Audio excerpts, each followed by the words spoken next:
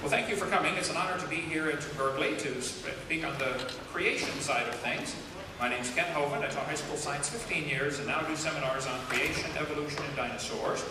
Paul contacted about 160 professors to see if they would debate. Nobody would. So I'm just going to speak for about an hour and then to open up for question and answer time. And if you have questions, please write them down. We'll be ready for it. And any questions are fair game if it's related to the creation topic, okay? Preferably on the topic of creation and evolution. Now, I am not against science, okay? I'm not against schools. I'm just simply against lies. And tonight I'm going to share with you some of the lies that are found in your textbooks that are used consistently to support the evolution theory. Okay, that's not my wife. It's just a picture of her. I have 3 kids, 1 of each. I have them all married off, and the dog died, so I made it. I'm home free. And 2.5 grandkids. I have 1 more coming up here in a few days. And we produce a lot of materials on creation and evolution. None of our material is copyrighted. We encourage people to get them and copy them and give them to your friends and get rid of them. I mean, for sake of time here. There we go. The Bible tells us in the 10 Commandments pretty clearly, thou shalt not bear false witness. Don't lie. Okay? According to the Bible anyway, it's wrong to lie.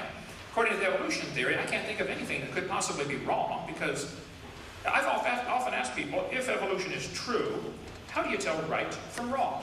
Make me a list of 10 things that are wrong, and before you make the list, tell me how you decide what goes on the list. Where is your standard to determine right from wrong, if evolution is true? Now, the Bible says very clearly, a false witness shall not be unpunished. He that speaketh lies shall not escape. The Bible talks about people who delight in lies. Psalm 62. These 6 things doth the Lord hate, yea, 7 are an abomination unto him, a lying tongue and false witness that speaketh lies. Okay. The Bible says Jesus told some folks, you're of your father the devil, and the lusts of your father you will do. He was a murderer from the beginning and abode not in the truth, because there is no truth in him. When he speaketh a lie, he speaketh of his own, for he is a liar and the father of it. I am convinced, after studying this topic for many, many years, there's an awful lot of good science in these science books, but there are some lies mixed with them. I'm not against the science, I'm against the lies, and that's what I want to talk to you about tonight. Now, in my first 3 tapes of my seminar series, I tell how students are being lied to about the Big Bang. It didn't happen. They're being lied to about the age of the Earth. The Earth is not billions of years old. They're being lied to about the cavemen. There's never been a caveman, unless you mean Osama bin Laden. And they're being lied to about the dinosaurs. They did not live millions of years ago. Here, I typically spend 3 hours. I'm only going to spend 1 tonight, talking about some of the lies in the textbooks. 25 of them. There are probably 80 that need to be discussed. Disclaimer here, I'm not trying to get evolution out of the schools. I'm really not. I'm not trying to get creation into the schools. I just want the lies out of the books. That's all. I'm sick and tired of paying for lies. Now, my mother retired from teaching public school. She's been in heaven for 7 years now. My brother retires this year after 34 years of teaching public school. There are many good teachers in the system. Dan Woods was a high school principal for 11 years and a science teacher for 6 years. He and his wife are now on my staff at Dinosaur Adventureland in Pensacola, Florida. There are many good teachers in the system. I agree. Is there anybody here that thinks teachers or textbooks should be allowed to deliberately lie to students for any reason? Anybody think that'd be okay? All right. Wisconsin has a law that requires textbooks to be accurate. So does Alabama. Textbooks shall be adequate and current. Okay. Texas says instructional material shall be factual. Okay. Florida has a law that requires accuracy of instructional material. So does California. California textbooks shall be factually accurate and incorporate principles of instruction reflective of current and confirmed research. Minnesota says a teacher shall not deliberately suppress or distort subject matter. Those are all good laws. The problem is no states enforce them. Okay? 2 Peter warned us, knowing this verse, there shall come in the last days scoffers, walking after their own lust. See, the reason people scoff at the Bible is not because of their science, it's because of their sin. Julian Huxley, Thomas Huxley's grandson, said, I suppose the reason we leapt at the origin of species was the idea of God interfered with our sexual mores. Ooh, well, at least he's honest. They just want freedom from God's authority over their life, and he admitted it, okay? Sir Arthur Keith, he wrote the foreword to Darwin's book when it was republished in 59. Keith said, evolution is unproved and unprovable. We believe it because the only alternative is special creation, and that is unthinkable. Well, Arthur, why would it be unthinkable to think there might be a creator? Well, Romans chapter 1 gives us the whole story. If you read the whole chapter, it's pretty interesting. It says, even as they did not like to retain God in their knowledge, God gave them over to a reprobate mind to do those things which are not convenient. Romans 1 is a very interesting chapter, by the way. 2 Thessalonians Romans tells us, for this cause God did send them a strong delusion that they should believe a lie. And if you believe you came from a rock 4.6 billion years ago, you have been deluded, okay? You have believed a strong delusion. You're welcome to believe that. You can believe anything you want. I don't care what you believe. But I'm just telling you, you're deluded if you think your grandpa was a rock. Now, evolutionists cannot silence their critics with logic. That's why they won't debate. Okay, and I'll come back at my expense and debate all the professors here at the same time on 3 simple conditions. I get half the time. If there's 20 of them and 1 of me, that's fine. I get half the time. Number 2, we talk about one topic at a time. Number 3, anybody can videotape it and use the tapes. Simple. They can't stop us with logic, so they disrupt, distract, use legal pressure, or silence the messenger. Shut this guy up somehow. Here's an atheist forum just 2 days ago going around the internet. His supporters would be doing their best to pack the audience. You do the same. This is atheists talking to each other. Maybe Mike's in the crowd here. This will make it more interesting, as Hovind is a master debater and can have a creationist audience in the palm of his hand, so to speak. Having an audience containing an element hostile to his propaganda will put him off his stride. Loud laughter every time he tells a whopper, or just a collective audible intake of breath, may have the desired effect on him. But a 50 caliber machine gun may not be quite the thing for this job. You want to leave the audience members intact if possible. Otherwise, you're going to create a lot of bad feeling on every side. Why spray all those bullets around? David said. Responding to the previous, why? They're all creationists anyway. I'm still going with the artillery shell, Lenny Flank said. Also responding, well, whatever does the job is fine with me. I just thought of using a large caliber would let him leave the final stage with a real bang. After all, it will be the only honest thing he'll ever do on stage, no? But what worries me in this case is that someone may decide this is the American solution to Hovind. For all that, he is a slimy piece of intellectual crap. This is, after all, an intellectual dispute. Threatening to harm him is not appropriate, nor not legitimate, and not good policy. Where do you stop? Shall we shoot door-to-door evangelists whose ideas we don't like?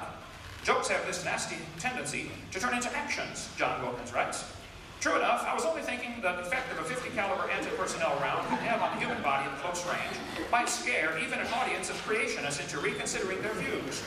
Too few of us have a really good appreciation for human internal anatomy, if you ask me. Let me show you something here. This is the same exact mentality the Catholic Church had toward people who disagreed with them just a few hundred years ago when they tortured people and tried to scare everybody else into accepting the Church's dogma. There are people who really honestly want to scare people into accepting the evolution dogma because they don't have any evidence to support it, okay? Now, the Bible tells us the scoffers are going to say, where is the promise of his coming? Since the fathers fell asleep, all things continue as they were from the beginning of the creation. For this they willingly are ignorant of. The scoffers are willingly ignorant. In the Greek, that means done on purpose. They're willingly ignorant of 2 things. Number 1, that by the word of God, the heavens were of old. They don't want to believe God created this place because then that means he owns it. That means there might be some rules. You know, like thou shalt not. Oh, they don't want those rules. They don't want anybody telling them what to do. They're ignorant of how God made the heavens and the earth. Also, the Bible says, whereby the world that then was, being overflowed with water, perished. They don't want to admit there was a flood, because that flood indicates God has the authority to judge his creation. Now, I want to share with you some of the lies in the textbooks, and tell you what I think ought to be done about it, and then we're going to take time for questions and answers. One of the biggest lies in the textbook started back in 1830, when they developed the geologic column. And they started telling everybody, each of the layers of rock that you see is a different age. The Cenozoic, Mesozoic, Paleozoic, Archeozoic, all this was invented out of the clear blue sky. Most of the names come from England, Devonian, from Devonshire, and Cretaceous from Cretia for chalk. The chalk layers over there in England. The geologic column doesn't exist any place on Earth except the textbooks. Now, Charles Darwin didn't like the round numbers. He said that the Weldian deposits in England were 306,662,400 years old. How he knows that is anybody's guess. But all over the world, this petrified trees like this one are found standing up, connecting different rock layers. Here we've been teaching the kids for years these layers are different ages, and yet thousands of these petrified trees have been found in the vertical position. Now, I taught earth science for a long time. I'm telling you folks, it's just not common sense to say the layers are different ages if you have a petrified tree standing up, connecting them all. Let me get my hyperlink to work here. Oh, there it is. There are thousands of these. We have a brochure you can get for $2. It contains 30 color pictures of petrified trees standing up, running through many layers of strata. So if somebody tells you the layers are different ages, I say, I'm sorry, I simply disagree.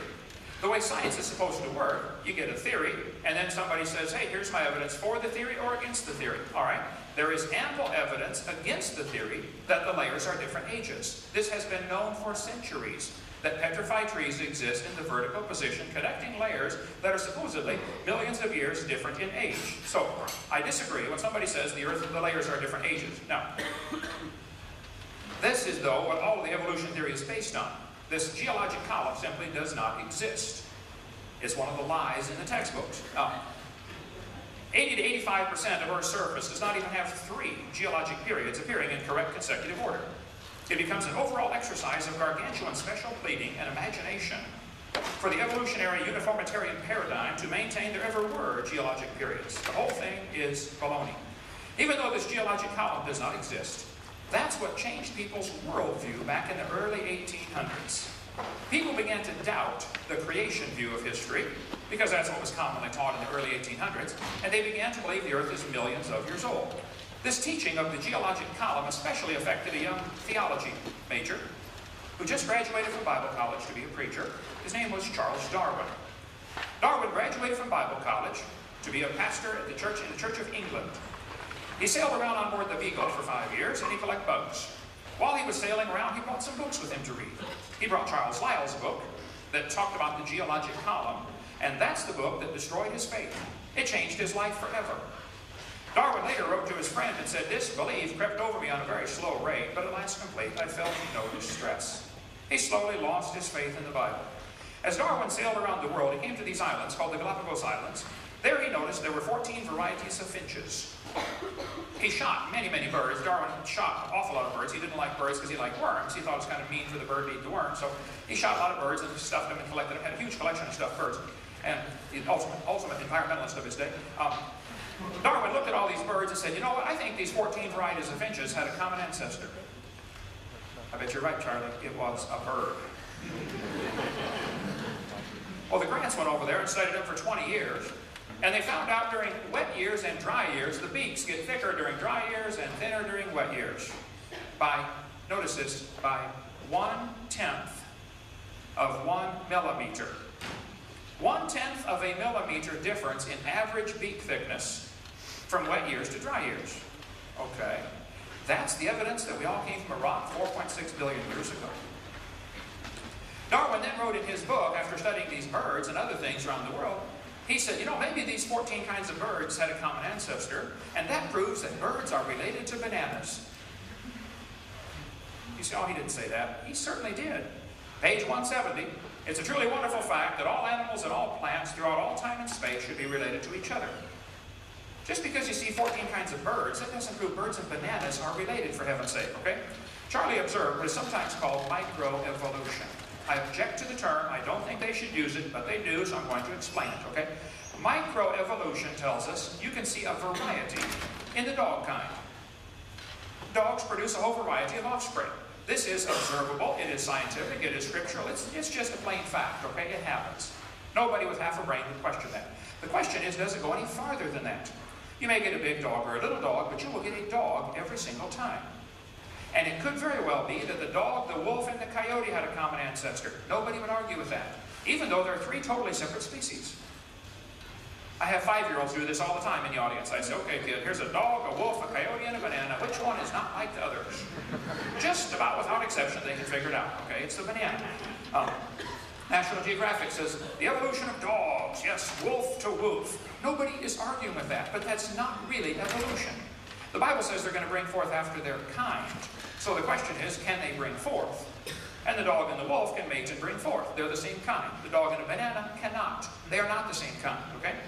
This word evolution has 6 meanings, and if you're going to discuss evolution, it's extremely important you define what you're talking about.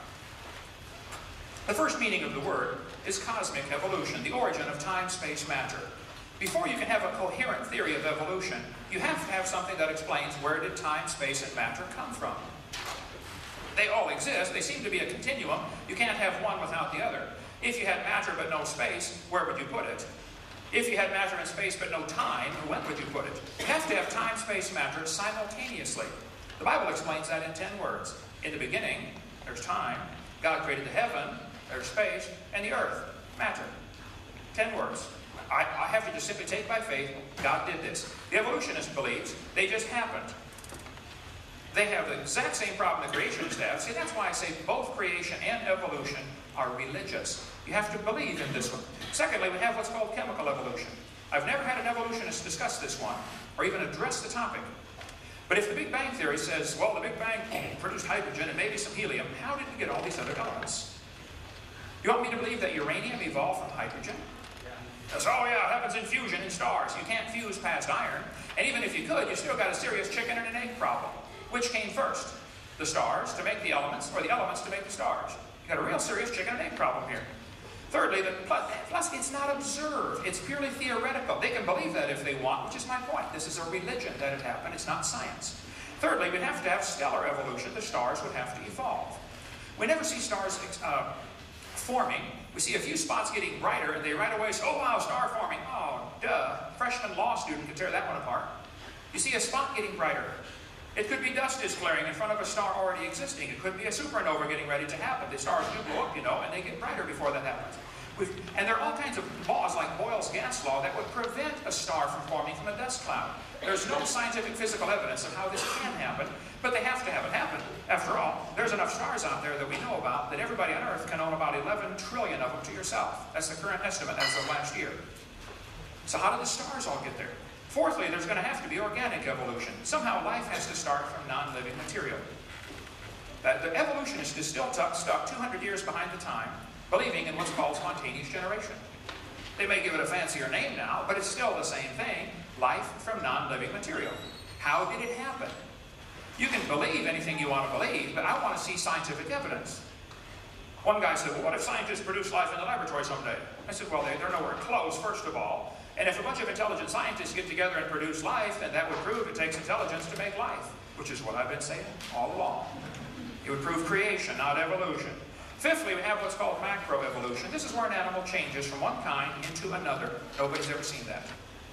Lastly, we have what's called microevolution. And again, I object to the term, but they use it. So this one happens. The first five are purely religious. And if you want to believe those, that's fine. Honestly, I don't care what you believe. But don't call it science. And don't make me pay to teach that to the next generation of kids like that's part of science, because it's not. But the textbooks are constantly changing the meaning of the word. They say evolution has changed over time. I agree. I haven't. Now watch this. In other words, living things have changed over time. Well, wait, now hold on a minute. Are you going to skip over the first four? Are we just going to assume that these happen because, you know, this is a major, serious jump in their theory. They don't have a coherent theory back to a beginning. Then they say, evolution is a change in species over time. Well, now they're right down to what I believe in. I believe species can have lots of varieties within that kind, but that's not really evolution. That's a lie. They're wanting you to believe all 6 parts to that theory by only giving you evidence for number 6. People say, well, couldn't macroevolution just be micro over longer periods of time? No. The central question of the Chicago Conference was whether the mechanisms underlying microevolution can be extrapolated to explain the phenomenon of macroevolution. The answer can be given as a clear no. It's not going to happen, okay? Variations certainly happen, but they're limited. Farmers have been trying to get bigger pigs for a long time, but they'll never get a pig as big as Texas. There's a limit in there someplace, okay? Roaches become resistant to pesticides, but they will never become resistant to a sledgehammer. There's a limit, okay? People say, don't bacteria become resistant to drugs? Well, just hold on a minute. Dr. Spettner points out this based on a misunderstanding. The mutations that cause antibiotic resistance still involve information loss. For example, to destroy bacterium, the antibiotic streptomycin attaches to a part of the bacterial cell called ribosomes. Mutations sometimes cause a structural deformity in ribosomes. Since the antibiotic cannot connect with the misshapen ribosome, the bacterium is resistant. But even though the mutant turns out to be beneficial for the moment, the mutation, it still constitutes a loss of genetic information, not a gain. No evolution has taken place. The bacteria are not stronger. In fact, under normal conditions with no antibiotic present, they are weaker than their non-mutated cousins. It's like if somebody's going through the countryside handcuffing everybody and hauling them off to prison and going to kill them. But you don't have any arms, so they can't handcuff you. So you survive. Oh wow, beneficial mutation. Well, duh. It might be beneficial for the moment, but you get back in the population with the working folks and you're going to be at a disadvantage. So don't tell me this bacteria becoming resistant to drugs is an example of a process that's going to turn a rock to a human over 4.6 billion years. You're dreaming, okay? You're in la-la land, okay? Mutations always produce the same kind of plant or animal. That's not real evolution. The information for the variety has to already be in the gene pool. No new information is ever added. The gene pool of the new variety, like the Chihuahua, is actually more limited than before. What they've done with dogs, they select a certain slice of the gene pool to survive. You know, big dogs or little dogs. That's not evolution. It's selecting pre-existing information. That's all it's doing. And how long would the Chihuahuas last in the real world? Turn them all loose into the woods and watch what happens. Yep, go ahead, make my day. Genetic information is lost when you get a variety, it's not added. Real evolution would require increase in genetic complexity. I believe it was Richard Dawkins who was asked the question, I got the videotape of it. He was asked the question, can you think of an example of a mutation that increases genetic complexity? He was totally silent for 19 seconds. Finally he said, shut the tape off, please. He couldn't think of one. There aren't any. There are no mutations that increase genetic complexity. You might shuffle genes around, but you're not adding new genetic material. I grew up in Illinois, corn country. They've got a lot of different kinds of corn there. But I tell you what, folks, you can crossbreed your corn from now until the cows come home. You'll never get a hamster or a whale or tomato to grow on your corn stalk, okay? There are a variety of dogs, nobody questions that, but they're still a dog. And this Irish textbook calls it divergent evolution. Oh, come on, don't give it a fancy name. It's still a dog. It's a dog kind, and it's obvious to a 5-year-old it's a dog kind. This Mexican textbook says, oh yeah, horses and zebras evolved from a common ancestor. That's not evolution, it's still a horse, okay? And there are little bitty horses and big horses today. We had the world's smallest horse visit our dinosaur adventure land. Talk about useless. Can't ride it. Well, my granddaughter rode it, but see, horses, zebras, and asses can all be crossbred, and they get zorses, zonkies, zionis, z-dogs, and chebras. Well, that's because the horse, the zebra, and the ass and the pony are all the same kind of animal. And anybody with even part of a brain ought to figure that one out. Here's a herd of zebroids running around. Now, in the last 100 years, the Kentucky Derby has gone from an average winning speed of 127 seconds to 123 seconds. Now, even in the old days, they had some pretty low times turned in. How much money would you guess has been spent on selective breeding trying to win the Kentucky Derby?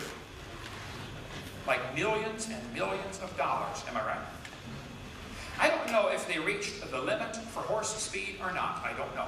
But I suspect they're getting fairly close to the limit. If you really want to win the Kentucky Derby, why don't you breed wings on your horse and fly around the track in 12 seconds? My whole point is, sure, variations happen, but there are limits to the variations. Why the evolutionists can't see that, I don't know. They want to think there's enough variety available that a rock can turn into a human over 4.6 billion years. There's a variety of cows. They might have had a common ancestor, a cow. There's a variety of chickens. This is a magazine where you order chickens. What kind you want to get? You want to get red rocks, white rocks, cherry eggers, brown leghorns, golden comets? But the magazine says, the jungle fowl are the original bird from which all varieties and strains of domesticated chickens are derived. Did you know all the chickens had a common ancestor? It was a chicken. There are 8 kinds of bears in the world. They might have had a common ancestor. I don't know. But they're still a bear. And it's obviously recognizable as a bear. Broccoli, cauliflower, cabbage all have a common ancestor. A plant. That's not proof we came from a rock. Here in California, they graft English walnut trees onto black walnut stumps. They do these by the millions all over the place. Well, that's because the English walnut tastes better and it's easier to crack, but the root system rots easy. And with the hard pan out here, they get a lot of water stays in the soil. The black walnut system is much better root system, but the nuts are hard to crack and they don't taste as good, so they graft them together. Well, you can graft them together because they are the same kind, okay? You could never graft an English walnut tree onto the back of a turtle.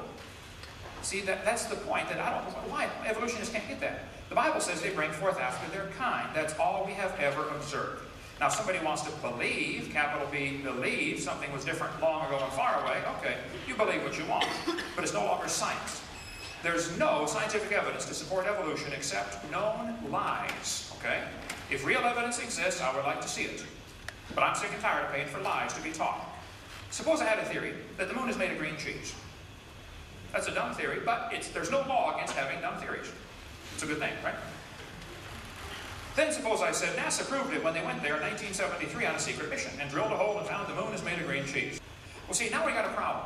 I have a dumb theory, which is fine, but I'm using lies to support my theory. Oh, now that's not fine. And until it's worse.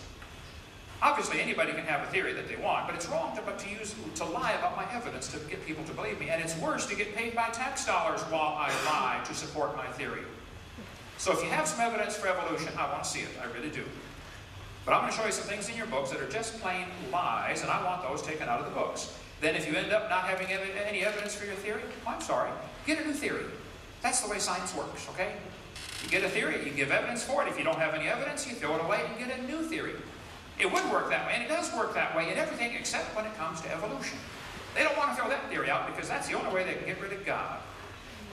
They say, we've got evidence from fossils. This is silly. Anybody with half a brain can tell you absolutely no fossils could possibly count as evidence for evolution. No fossils count. In a court of law, they'd laugh at you. You bring some bones in. Hey, Your Honor, these ancestors are these bones are the ancestors of everybody today. Well, duh. You don't know those bones are the ancestors of anybody. You can't prove those bones had any kids. And you sure can't prove they had different kids. Now, if you want to believe those are the ancestors of somebody, okay, now you're off to religion, not science. And you ought to keep your religion at home. Don't bring it in school at taxpayer expense. Evolution is dead. Some followers have a hard time letting it go, and they're actually willing to lie to you to make you think everything's fine. Oh yeah, he never looked better.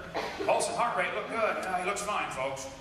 No, it's a dead theory, okay? There's no evidence for it. Okay, textbooks say, well, the fruit fly's evidence for evolution. They put those flies in the laboratory and nuked them and microwaved them and x-rayed them and did all kinds of neat things to the flies. And they got some really weird mutations. They got flies with curled wings. They fly around, couldn't go anywhere. Flies with no wings. It's not a fly, it's a crawl. They said, boys and girls, fruit flies refuse to become anything but fruit flies, under any circumstances yet devised. Good observation. So all mutations observed produce flies that were inferior to the original fly. Good observation. But the conclusion they come to then is, fruit flies must have evolved as far as they can go. Well, duh. There's another conclusion, you know. Maybe fruit flies are doing fine till you guys got a hold of them in your laboratory. Maybe God made them right to begin with. Is that even something you could consider as an option? This guy said, flies in the north have wings 4% larger than flies in the south, and that proves evolution. Darwin is as fit as ever. An adaptation at breathtaking speed. Wow, wings 4% larger. That's the evidence? Are they desperate or dumb or blind, or what's the problem here? Then they tell the kids, we're going to learn to think critically. Boys and girls, do you think humans are still evolving? What kind of question is that? That's one of those questions like, have you stopped beating your wife yet? Wow, now let me think. If I say yes, I'm admitting I did. If I say no, I'm still doing it. Hey, did you know it is possible for the question to already have a built-in assumption? The question already has an assumption built in. That's not a fair question. And it's certainly not a question to learn to think critically. That's a Soviet-style indoctrination type question. I would answer this and say, teacher, this question is poorly written. It assumes evolution has happened when it has not. It's like asking the question, why are elephants orange? Well, that's a tough question. Why are they orange anyway? They're not orange. And when they say, do you think humans are still evolving? In other words, you have to believe in evolution to even answer the question. So some kid's going to do this for homework tonight and get it counted wrong next time they meet for class because he doesn't believe evolution even happened. Then they say, how might the dinosaurs' body heat problems have led to their extinction? They got two assumptions in that one. How do you know they had body heat problems, and how do you know they're extinct? You can't prove the extinction of anything. Well, unless you're all places at all times at the same time. Watch video number 3 about dinosaurs. They say we've got evidence from homologous structures. Oh, what is that? Well, they'll say, boys and girls, you have 2 bones in your wrist, the radius and the ulna. Yep, I see that. And the alligator has 2 bones in his wrist. And look at this, they're called the radius and the ulna. See that, boys and girls? That proves we are related to an alligator. That's what they're telling them. These homologous structures provide evidence that these animals evolved from a common ancestor. A seal's flipper and a human arm have very different functions. I agree. What evidence might help show that both structures evolved from a forelimb of a common ancestor? This is thinking critically? Duh. Maybe they have similar structures because they have a common designer. Is that even considerable as an option? They say, well, we're going to take a course on comparative anatomy. The bird, the horse, and the human have similar forelimb structures. Yes, boys and girls, comparative anatomy provides further evidence of evolution. The commonalities suggest these animals are all related. They probably evolved from a common ancestor. This is a lie. They probably have a common designer. The forelimb of animals is amazingly complex. If you could get a machine to do what your arm does, you'd be a wealthy person. The human arm and forelimb and wrist are incredibly complex. But textbooks all over the world, I was in Germany last week, same thing. They teach the kids, this is evidence for evolution. No, they develop from different genes in the chromosomes. Evolutionists can't explain this and seldom discuss it. Why are these homologous structures coming from different genes? They'll say, oh, it's convergent evolution. Well, then you're making up a story. It's not science. We're going to observe that, okay? Similar design might prove the same designer made him. The lug nuts from a Pontiac will fit on a Chevy. You can go try it. They will. That proves they both evolved from a Honda 14 million years ago. See, it's an example of getting good observation and coming to the wrong conclusion. It's true many animals have a similar forelimb structure. I agree. They'll say this, they must have had a common ancestor. Oh, now I disagree. It doesn't prove that at all. This helps prove we all came from a rock. Oh, now you're really going off your rocker on that one. They say we've got evidence from development. Yes, boys and girls, the similarity between early stages in development of many different animals helped convince Darwin that all forms of life shared common ancestors. Darwin considered this by far the strongest single class of facts in favor of his theory. Ernst Haeckel, who made up this whole stupid idea, called it the biogenetic law. He said, yes, as the babies develop inside the mother, they go through the stages of evolution again. Fish, amphibian, reptile, mammal. Just memorize the word farm, and you got it. It's called ontogeny recapitulates phylogeny. This thing was only proven wrong in 1875. Okay? The evolutionary idea that sick mind Freud relied on most heavily in the manuscript is the maxim that ontogeny recapitulates phylogeny. That is, the development of the individual recapitulates the evolution of the entire species. This is what was taught in 1869, started by a guy named Ernst Haeckel. This textbook says, boys and girls, the presence of these fish-like structures in embryos of different species shows these animals have evolved from fish and share the basic pattern of fish development. It's as if the embryo retains a memory of its origins and starts to copy them during its development. These structures persist in adult fish. They say the embryo of a human has gills like a fish. Oh, you got to be kidding. This is a lie proven wrong in 1875. It's not true. Those little folds of skin in the embryo develop into bones in the ear and glands in the throat. Go study your anatomy. They never have anything to do with breathing. I've seen people that have 5 or 6 chins and they can't breathe through any of them but the top one, okay? Haeckel said the turning point in his thinking was when he read Darwin's Origin of Species in 1860, the year it got translated to German. Haeckel wanted to find some evidence for evolution. He liked the theory. A lot of people do because it, gets rid of God. So Haeckel said, we've got to find a way to get some evidence for this theory. 9 years later, there still was no evidence. So Ernst Haeckel decided to help out. He was an embryology professor at the University of Jena. He had access to drawings of embryos of all kinds of different animals. That's what he taught. So he faked his drawings. He took a human and dog embryo and changed them and made them look alike. He made fake drawings of these embryos from all different animals. Here is a chart that Haeckel used. He traveled all over Germany and just about single-handedly converted the Germans to believing in evolution with his fake drawings. Now, here's the top. On the top is Haeckel's drawings. Underneath are actual photographs of those creatures. I guarantee, Paul, are they still teaching the embryology at Berkeley here as evidence for evolution? I don't know. Does anyone have a biology text? Anybody have a biology textbook? Look up a couple of these. Biology textbook? I'll give it back. See if they're still teaching that. Okay? Well, 2 years ago they were, right? 2 years ago they were. It was in the standard text. In the standard text here at Berkeley, embryology is evidence for evolution. They don't do it. They don't teach that. It's wonderful. Haeckel was tried by his own university. 6 professors held a trial. He confessed and said, well, I should feel utterly condemned were it not that hundreds of the best observers and biologists lie under the same charge. Everybody else lies, so I can lie too. This biogenetic law has become so deeply rooted in biological thought, it cannot be weeded out in spite of its having demonstrated to be wrong. The biogenetic law is as dead as a doornail.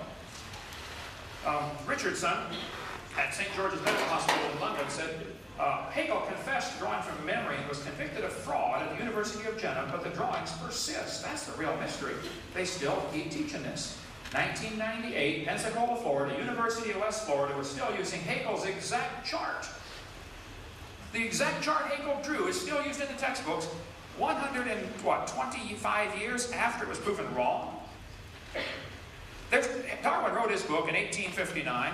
Hegel faked the drawings in 1869. It was proven wrong in 1875, but they still teach it in textbooks all over America. Now, if they're not teaching it here at Berkeley, yay, I'm proud of you. It's about time. But this is the type of thing I'm talking about. They're using lies to support their theory. I debated Kenneth Miller, who teaches at Brown University, Rhode Island, on the radio. Debated him for 30 minutes. He won't do it again. I said, Dr. Miller, why are you still teaching embryology as evidence for evolution in your textbook? You know that was proven wrong 125 years ago. He said, yes, and we're going to take it out of the next edition. Oh, it's about time. Now, I know it takes a while for textbooks to get up to date, but I think 125 years is long enough. But I checked his 2000 edition, and it was still in there. I don't know if it's in his 2004 edition or not, okay? But here's a 1998 edition still using the embryology as evidence for evolution. This one says, they have common ancestry because the presence of gills and tails, okay? Here's a 2000 textbook teaching biology is evidence for evolution from fish-like structures, okay? Here's a 2001 junior high textbook saying the similarities provide evidence that these three animals evolved from a common ancestor because of the tiny gill slits. Here's another 2001 Hope biology textbook saying they have gill slits, proof for evolution. Another one, 2001, another page says the gills of fish is evidence of evolution here. This is a college textbook used in Rutgers University. It says, similarly, because humans and fish embryo resemble each other, because humans and fish share a common ancestry. They have tail and gill pouches. Interesting. 2004, this year, Hope biology textbook, says the evolutionary history of organisms is seen in the development of embryos. Folks, this is a lie. Now listen, if you have evidence for evolution, I would like to see it. Honestly. But I'm sick and tired of them teaching lies to support their theory. Where's the real evidence? Here's 2004 biology textbook saying these shows these organisms must have a common ancestor. What? Similar forelimb structure and gills? Evidence from anatomy? Evidence from embryology? Look, if you got evidence, show it to me, okay? But don't lie to me. This textbook says we have a 5 to 6 week human embryo. Then it says by 7 months, the fetus looks from the outside like a tiny normal baby, but it's not. It's not a baby at 7 months. Hello? It's a human at conception. 34% of babies born at 5.5 months will survive. There's a 21-week-old baby in development holding a doctor's finger while he did surgery on the baby before it was born. The angel of the Lord said, behold, thou art with fetus. No, I believe he said you're with a child. Didn't he? Yeah. Let's see. Scott Peterson is accused of murdering his wife and unborn child. Well, Paula, you hypocrite. You're in favor of abortion, and yet when you want to get Scott Peterson for murder, you say it's an unborn child, don't you? Why do they keep this in the textbooks? That's the only way to justify abortion. There's no other scientific evidence to say, well, it's not a human. It's just a fish or an amphibian or a reptile. Why is it when you destroy an eagle's egg, you get a $10,000 fine? Is that obviously a baby eagle? Oh, no, it's just an egg. It's not an eagle yet. Oh, duh. This textbook says, humans have an appendix that is vestigial. You don't need it anymore. That's a lie. You need your appendix. It's part of your immune system. That's been known for years. The appendix is one of the sites where immune system responses are initiated. Now, if you do have your appendix taken out, you can still live. I understand, okay? But you got a much better chance of getting quite a few diseases. You can live without both your arms and both your eyes and both your legs and both your ears also. It doesn't prove you don't need them. The arguments for saying, well, you don't need it, therefore it's proof for evolution, that's a stupid argument. Now, come on. Okay? That's losing something, not gaining something. This textbook says, the whale has a vestigial pelvis. Many organisms retain traces of their evolutionary history. For example, the whale retains pelvic and leg bones as useless vestiges. The National Center for Science Education, right here in Berkeley, California. Dr. Jeannie Scott is the president now. Well, she came tonight. She was invited. I want to take him to lunch today. Honestly, I'm a nice guy. We had lunch, it was a good time. Okay, yeah. Andrew Carnegie left a bunch of money behind to start this organization purposely to keep evolution in the schools and keep creationism out. Here's the homepage of the National Center for Science Education. Skips right back there. He works there. You can verify this. Welcome to the homepage of the National Center for Science Education. We are a nonprofit, tax-exempt membership organization working to defend the teaching of evolution against sectarian attack. We are a nationally recognized clearinghouse for information and advice to keep evolution in the science classroom and scientific creationism out. That's why they exist. That's perfectly fine, if they're not using tax dollars to support this agenda. Here's a brochure put out by the National Center for Science Education in the storefront building right there in downtown Berkeley, a few blocks from here. They say, is this how the whales evolved from bossy to blowhole? Did a cow evolve to a whale? Oh, there's only a few differences between a cow and a whale, you know. The reference is now actually in Oakland, just for... Oh, it's in Oakland now. Okay, I'll change that. Fix it for okay. Yeah. Whales have a vestigial pelvis and leg bone that serve no purpose. They have hind limb bones that have no function. Just imagine whales walking around. It's true. Well, these are the bones they're talking about right there. Just about all large whales have these bones in their abdomen. Just imagine the whale walking around. You know, I have tried to imagine it, and I just can't.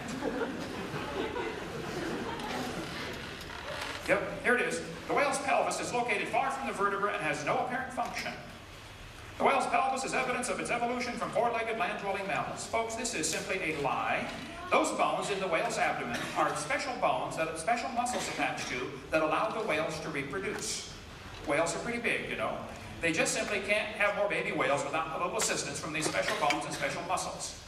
Now, anybody that's telling you the whale's pelvis is evidence of evolution is either ignorant of whale anatomy or they're lying trying to support a theory. But it's not true. That page should be torn from the book. They say, these structures are considered vestigial. Yes. For example, hind limbs of whales are vestigial structures. This is a 2004 textbook. This author is ignorant of whale anatomy or lying to you. Probably just ignorant. Ignorance I can understand, okay? But fix it. There are no vestigial structures, and if there were, that's the opposite of evolution. That's the opposite of evolution. We can talk a long time about whales if you like. Bring that up during Q&A time. We'll talk about all that. You name your whale. I'm ready for it, okay? There's no evidence. And again, the fossil evidence wouldn't count at all. Okay? We got stuff on all of them. I have a 15.5-foot python snake skin in my museum. If you look down at the south end of that snake, you will see it has two little claws attached to two little tiny bones going up inside the snake's body.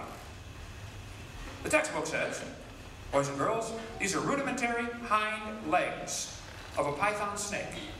Reduced hind legs. There we go. This is simply a lie, okay? Those little claws are used in mating. The snake doesn't have any udders, okay? And he can't talk and say, scoot over, honey. This has nothing whatsoever to do with evolution.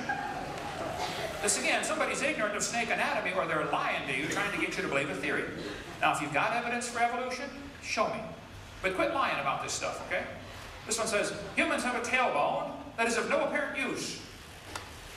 This is vestigial tailbone in humans. Vestigial structures can be viewed as evidence for evolution. Organisms having vestigial structures probably share a common ancestry. This is a lie. There are 9 muscles that attach to the tailbone, without which you cannot perform some valuable functions. I won't tell you what they all are, but trust me, you need those muscles. And I've told people for years, if you think the tailbone is vestigial, I will pay to have yours removed. Okay? Bend over. They say, well, this baby's born with a tail. Look at that right there. That's not a tail, okay? There's no bone, no cartilage. It's not even lined up with the spine. It's a growth in the skin. It's simply fatty tissue. It's not a tail. Don't tell anybody it is, okay? This guy says the coccyx is a small bone at the end of the human vertebral column. It has no present function.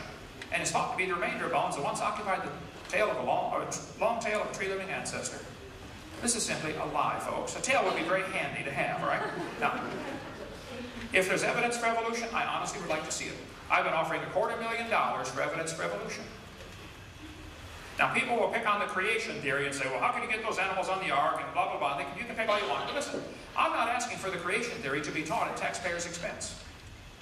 They are asking for their religion to be taught at taxpayers' expense. So the burden of proof is on the evolutionist, not on the creationist. We don't have to prove our theory. If all the taxpayers start paying for it, then we'll have to prove our theory. Meanwhile, burden of proof's on you. So I'll take any questions. If you think there's some evidence for evolution, I would like to see it. We're going to have a short break here, give you a chance to go potty, get a drink. But if you have some evidence, honestly, I would like to see it. Okay? But this it almost always degenerates into an ad hominem attack on me. I'm not the issue, okay? Where's the evidence for evolution? Because that's the theory being taught at taxpayer expense, okay? Thank you. My name is Josiah. I'm an astrophysics student. My question is, can you give a scientific definition of a kind? Not examples of what different kinds are, but as definition that can be applied universally. Well, the Bible says if they can bring forth, they're the same kind. I don't know that I could define exactly where the kind border is in every place, but keep in mind, the question is a little off topic because the creationists are not asking for their view to be taught. The evolutionists are asking for their view to be taught. And I think it's obvious to anybody involved in any genetic experiment or anybody breeding cows or corn, there are limits to the variations, which is what I brought out. So I don't think the burden of proof is on the creationists to necessarily prove what a kind is. However, with keeping that in perspective, the burden of proof is on the evolutionist. Now, I think that since the Bible says that if they can bring forth, that is, reproduce, they're the same kind, it could be that animals have diversified, like Alaska rabbits and Florida rabbits can no longer interbreed. Okay, but they're still obviously the same kind. They could originally interbreed. So I will say the definition of a kind is those that in the original creation, 6,000 years ago, were able to cross, to mate and bring forth. Rabbits can mate and bring forth, but they can't mate and bring forth with a dog or an elephant or a whale or a banana. I think in 99.9% of the cases, it would be obvious to a 5-year-old which animals are the same kind. There may be a few tough cases, understand, and that's a good place for biology to do research. But the fact that there are a few places that creationists may not be able to define does not prove we all came from a rock 4.6 billion years ago, to keep it in perspective. So I guess the best answer I can give is the Bible says if they can bring forth, they're the same kind, if they originally were able to bring forth, okay? Go ahead. Yes, sir. Hi, my name is Stephen Getz, and I'm an economics and history major. And I was interested in your response to this. Your main approach seems to be from a public policy perspective, insofar as you believe that evolution is given an unfair advantage in public schools and creationism is not. Oh, no. Let me take one part of this question at a time, so it doesn't get too convoluted. As far as public policy, I'm just simply saying it ought to be not only public policy, but common sense. We shouldn't lie to kids for any reason. So, no, it's not a matter of I think creationism is not giving a fair response. I think I think lies are being taught to support the evolution theory. So don't misconstrue my position. Okay? I accept that. Okay. Given that, I would also like to say that science, as I was taught in school, tends to believe in theories. And insofar as I can explain that, I'd like to say this. Newtonian physics was believed by Sir Isaac Newton to be the explanation of the motion of bodies. At a later point, Einstein found that the theory of relativity better explained and explained why Newton was true. So science, you could say, has a series of theories which we teach a certain paradigm to students. And at a time when a theory becomes disproven, we therefore explain, okay, why were elements of the previous theory correct? Now, I don't see why the theory of evolution being taught in the schools is wrong, because if there was a possibility that the scientific method, for example, proves the theory of evolution wrong, why would we not simply displace the theory of evolution just as Newtonian physics was? Right, so let's take one part of the question at a time, because it'll get too convoluted, okay? I did not say that evolution should not be taught. I said lies should not be taught. My whole point was, the evidence for evolution is all lies. Stop teaching the lies. I never said evolution should not be taught. So you're building what's called a false dichotomy here. It's not the choice there, okay? But how is it a lie? I know, I didn't say evolution's a lie. No, I said how is the evidence a lie? the evidence, as I showed you tonight, the gill slits, that everything Those I aren't showed. lies, those are theories. Like, I don't get why you call it a lie. Like, I don't Okay, see if how it's called a lie. the textbook teaches the kids that the embryo growing inside the mother has gill slits, Okay. that is not true. That is a lie. Stop teaching that. If they tell you the whale has a vestigial pelvis, it's not needed anymore, that is a lie. Stop teaching that. If they tell you the python snake has vestigial hind legs, it's proof for evolution, that's a lie. Stop teaching that. Now, if you end up with nothing left to support your theory, well, I'm sorry. Get a new theory. That's the way science works, okay? Okay, but I What- consider what lie happens- an ad hominem attack, which you were saying that you don't approve of. No, I didn't Because say... lie implies intent. You're misconstruing here. I did not say evolution should not be taught. I said they shouldn't use lies to support their theory. How many heard me say making that? a value judgment about what a lie is. Making that value judgment puts you in a position of construing their intent. And by doing that, you're making ad hominem attack. Just logic. I said 5 or 6 times tonight, either this author is lying or he's ignorant about the truth on this. He's ignorant about whale anatomy. How many heard me say that? Okay? He's either ignorant or lying. Either way, it's not true. It ought to be taken out of the book. In your opinion, it's not true. My opinion's not true.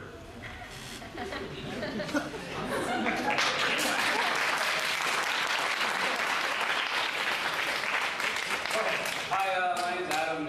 I'm a chemical biology major, but I don't want to ask you about that kind of stuff. I was just kind of curious, at the beginning of your presentation, one of your main points, I think, and I know you're saying that you're not saying that evolution shouldn't be taught in schools and stuff like that, but you said one of the reasons why evolution is being taught is so that we can stop believing in God because we don't want any more rules. Okay, now, let me just take one part of this question at a time. Okay. I agree. That is my opinion. Okay. That that's the reason people choose that theory. However, I did not at any time say tonight that evolution should not be taught. Right. I said they shouldn't use lies to support their theory, and we need to define what we're talking about. This word evolution has quite a few different levels or stages or phases, and I named the 6 that I classified it by. So the first 5 are purely religious. They are not scientific, and they should not be taught as part of science. Nor should lies be used to support a theory. Simple. So go ahead. Take one topic at a time. Okay, so I was just wondering, like, if you would be in favor of any type of creationism, or specifically like Christian Bible-related creationism. I mean, what if there are other sets of rules, but they don't happen to be the Christian Bible set of rules? Okay, is your question, am I in favor of the Christian set of rules or Bible being taught in schools? Is that what you're implying? No, just that. No, I'm not even really concerned about whether or not it should be taught in schools. I was just curious about your opinion on this matter. I, without question, believe the Bible is literally true and scientifically accurate. I believe the Bible is right in every respect.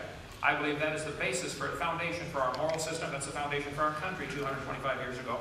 But I'm not asking for that to be taught in the schools. Right. So the burden of proof is not on me. Right. No, I was just asking your opinion on that. Sure. No, I believe the Bible is true. And So if you were to have a creationist school, right, where it was taught, would it teach all kinds of creationism or simply Christian creationism? Well, I don't think it's possible to have any type of school without some kind of morals being introduced. Just teaching in general automatically implies morals. You can't say this is wrong or 2 + 2 is 4. Right. That's your opinion. Right. Okay. But I'm saying, what if you have one moral system versus another moral system? Well, that's why the bigger question comes up. Should we have public schools, number one? Okay. If we should have them, if we should even have them, then what should be taught? I mean, in a Muslim school, they're going to teach the kids one thing. In a Buddhist school, they're going to teach what they want taught. What if everybody went to private schools and everybody taught what they really? It goes back much further than this.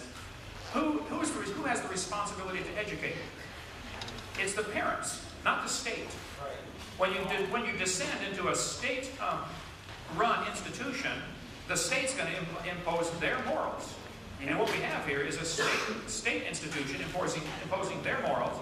So really, all the parents should educate their children, or if they want to get together in a collective school of Mennonites or Amish or Buddhists or Catholics, then they can have their own school.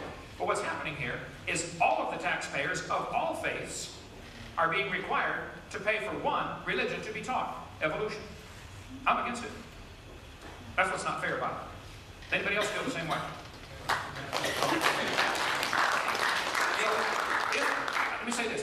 If somebody wants to teach evolution in schools, they should do it in a privately funded school where the kids have to pay and come learn it, and they can teach whatever they want. Okay. And do you think, just an additional question, do you think that the theory of evolution and having religious beliefs of any kind are completely mutually exclusive? I think that the biblical view of creation and evolution, depending on, you have to define evolution now. Are you talking about little microevolution, like I mentioned tonight, variations within the kind?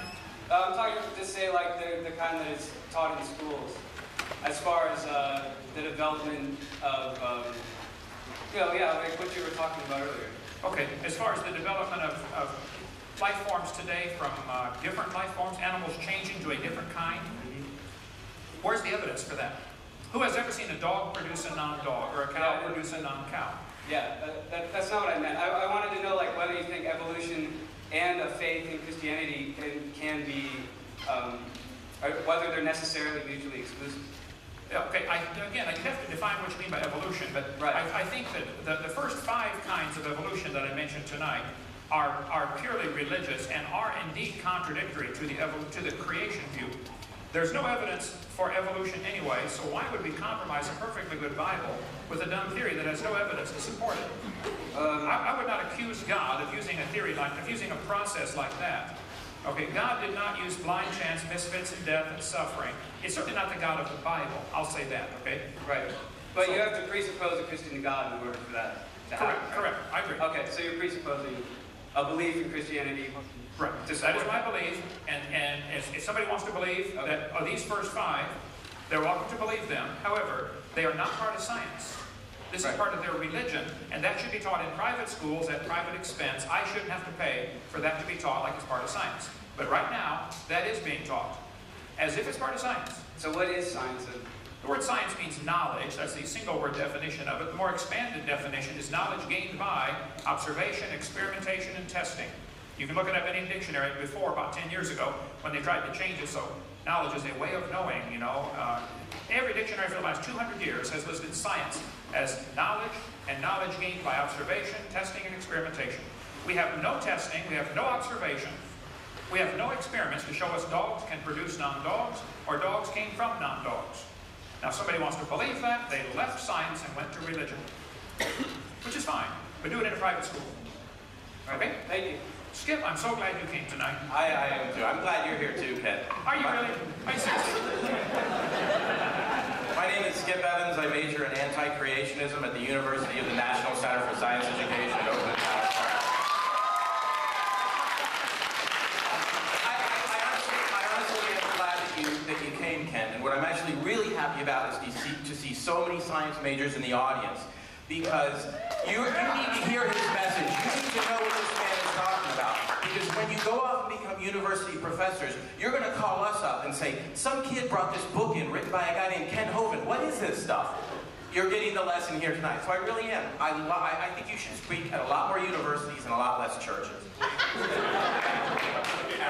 Okay. Now, that being said, here's my question. What I have here is a little comic book I'm very familiar with called Big Daddy. Yes, sir. Distributed here tonight. I understand that you helped rewrite it. I did. Jack Chick wrote that originally. He called me and said, would you update this? It's 20 years old. Yes. And what I'm looking at here is a diagram, a very misrepresentative one, but let's ignore that for the time being, of human evolution. And under Lucy, which was an Australopithecine, I believe Afarensis, I think so? Afarensis. Very good. And there's this, I got on my shirt, I cheated. You have to look down and see it. There's a statement here with a little asterisk that says, for details, watch part 2 of the Creation Seminar series video by Dr. Ken Hovind. The caption underneath Lucy says, nearly all experts agree Lucy was just a 3-foot-tall chimpanzee. Could you give us the names of the list of those experts who think Lucy was a chimpanzee? And I mean real experts. I don't mean John Woodmore, who's, obviously a creationist. I don't mean Henry Morris. Hold on a minute now. Who are the experts that think Lucy's a chimpanzee? Did I just hear you say or imply strongly that if you believe in creation, you're no longer capable of being an expert? Is that what you implied? Who are the people who actually studied Lucy, the paleontologists, who concluded that she was a chimpanzee? Okay, let's see. Let me tell you a little bit about Lucy here. Donald Johanson, Australopithecus afarensis, listed as evidence for evolution.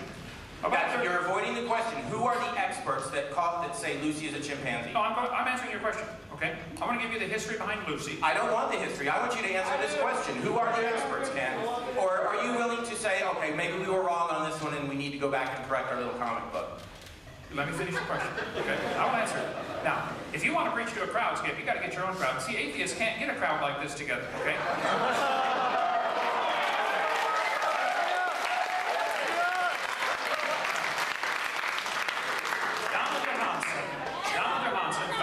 Actually, Ken, I would put it this way. You've got a big crowd of atheists here, I think. Okay.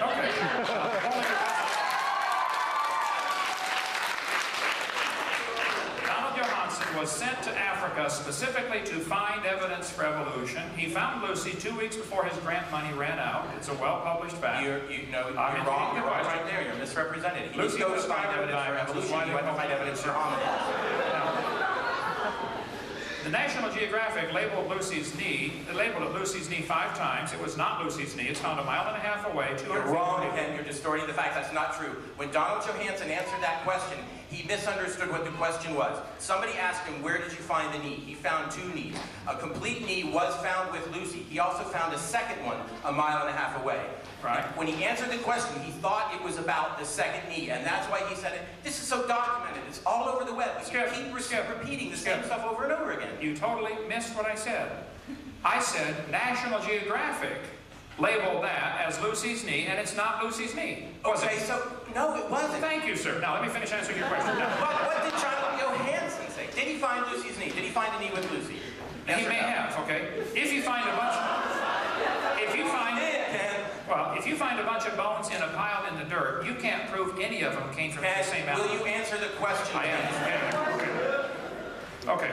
Let's see. I don't want Marvin Lubenow. No. An orangutan foot and a human foot are very different. Answer the question, Ken. Okay. Charles Oxnard studied Lucy with a computer multivariate analysis. He measured every bone, the length, the width, the height, the density, the circumference, did a comparison, and he said, the various Australopithecines are indeed more different from both African apes and humans in most features than the latter are from each other. He said it's not a missing link. And his study has been rejected by all of the paleontologists who are qualified to answer it, have rejected his study. Now, we've got one guy. Who are the others? One thing at a time. Nearly all experts. Who are the rest of them? One thing at a time. Which is why I'm glad to do a debate, but I want one topic at a time. Okay. You said, I'm answering the question. You said, is Charles Oxnard an evolutionist? He's not a paleontologist. So, did you imply by your last statement that anybody who doesn't think Lucy was a missing link is not qualified to talk about the subject? No. All I'm saying is I want you to answer the specific question. Nearly all experts. Who are these experts? You got one guy who's not a paleontologist. He's not a recognized. He's not even recognized in the field. Who are these other experts, Ken? Will you go ahead and correct us? Is it possible for a person to be an expert in paleontology and not believe Lucy was a missing link? I don't want to take up any more time, but I don't want anyone to miss it, that it was a basic, simple question on a claim that he published that he has no answer for. Okay, I have an answer.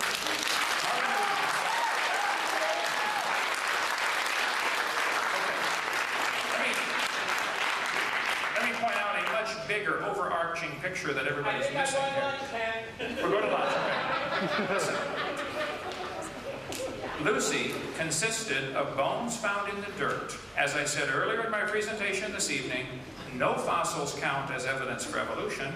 You don't know they had any kids. You find a pile of bones in the dirt, it would be impossible for you to prove Lucy was the ancestor of anybody. All you know is you found bones in the dirt. You can't prove it had any kids whatsoever. And if you want to take that to a court of law and say, that's the ancestor of humans today, you're silly, okay? It's not, you can't prove it's the ancestor of anybody. That just shows the desperation. People are so desperate to believe their grandpa was a monkey. Okay, well, you believe that if you want. But that's not common sense. So Skip, I will take that into consideration. There may be, maybe it should not say most experts, maybe it should say some experts. I'll consider that, thank you. Yes, go ahead.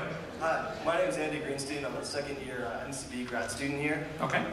I think that your disbelief of evolution is really correlated very strongly to your sort of lack of any concrete biochemical or genetic evidence. You completely ignored the area of genetics and genomics. Wait. One topic at a time, okay? Okay. Let's just take this slowly here. Right. You want to say, my rejection of evolution. I don't reject evolution. I accept microevolution. I think it's a lousy term. I think variations happen. Sometimes some pretty bizarre variations. Great Danes and Chihuahuas, if you want to call that evolution, I agree, that happens. Now, I reject anything that's not scientific.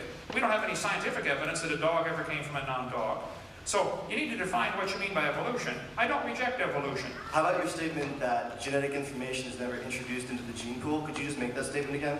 I said there's no new increased genetic complexity. Do you know of any examples where a mutation or evolution has happened that has resulted in an increase in genetic complexity, which would create a new kind of animal? Give me your example. Yes, I do. There's a couple. The first of all is a transposon. It's a genetic element that's mobile between species. They exist in corn, they exist in bacteria, and they often include functions like beta-lactamases. Beta-lactamases are new enzymes that bacteria never had, but are now introduced to break down penicillin. It's a new function, it's introduced by a mobile genetic element, and it adds a level of complexity. The second example... Wait, it's introduced. How is it introduced? The genetic element is actually mobile. It can be introduced either by phage transduction. These are small viruses that carry genetic... So this happens naturally? Naturally, yes. Okay. Does this transmitting this new information by some natural means, as in like a virus, puts this new information into your gene code? Is that passed on to the next generation? In humans, yes, and in bacteria, yes, and in corn, yes. Is it beneficial? In the case of this example, yes, and in most cases, yes. Okay. Is it an example of something is that sufficient evidence for you to believe that a rock can turn to a human over 6 billion years? I never said that rocks could change into humans. If you want to ask a question, wait in line, please, okay? Go ahead. I was going to say that I'm not trying to propose that rocks can become humans. I'm thinking about evolution in terms of organisms and living things. Okay, right? so what I'm saying is that complexity can be introduced into a gene pool by mobile genetic elements that I don't think you really understand. Oh, I do understand, but listen carefully. You understand transposons? You should name the 3 types of transposons then? Just listen. You are missing the point. What I showed tonight in my presentation is not all the evidence. No, I showed there are 6 types of evolution. You're wanting to skip the first 4. You're wanting to start with living things and say that these DNA sections can be transferred. We'll start earlier. Back it all the way up. Where do you want to start? No.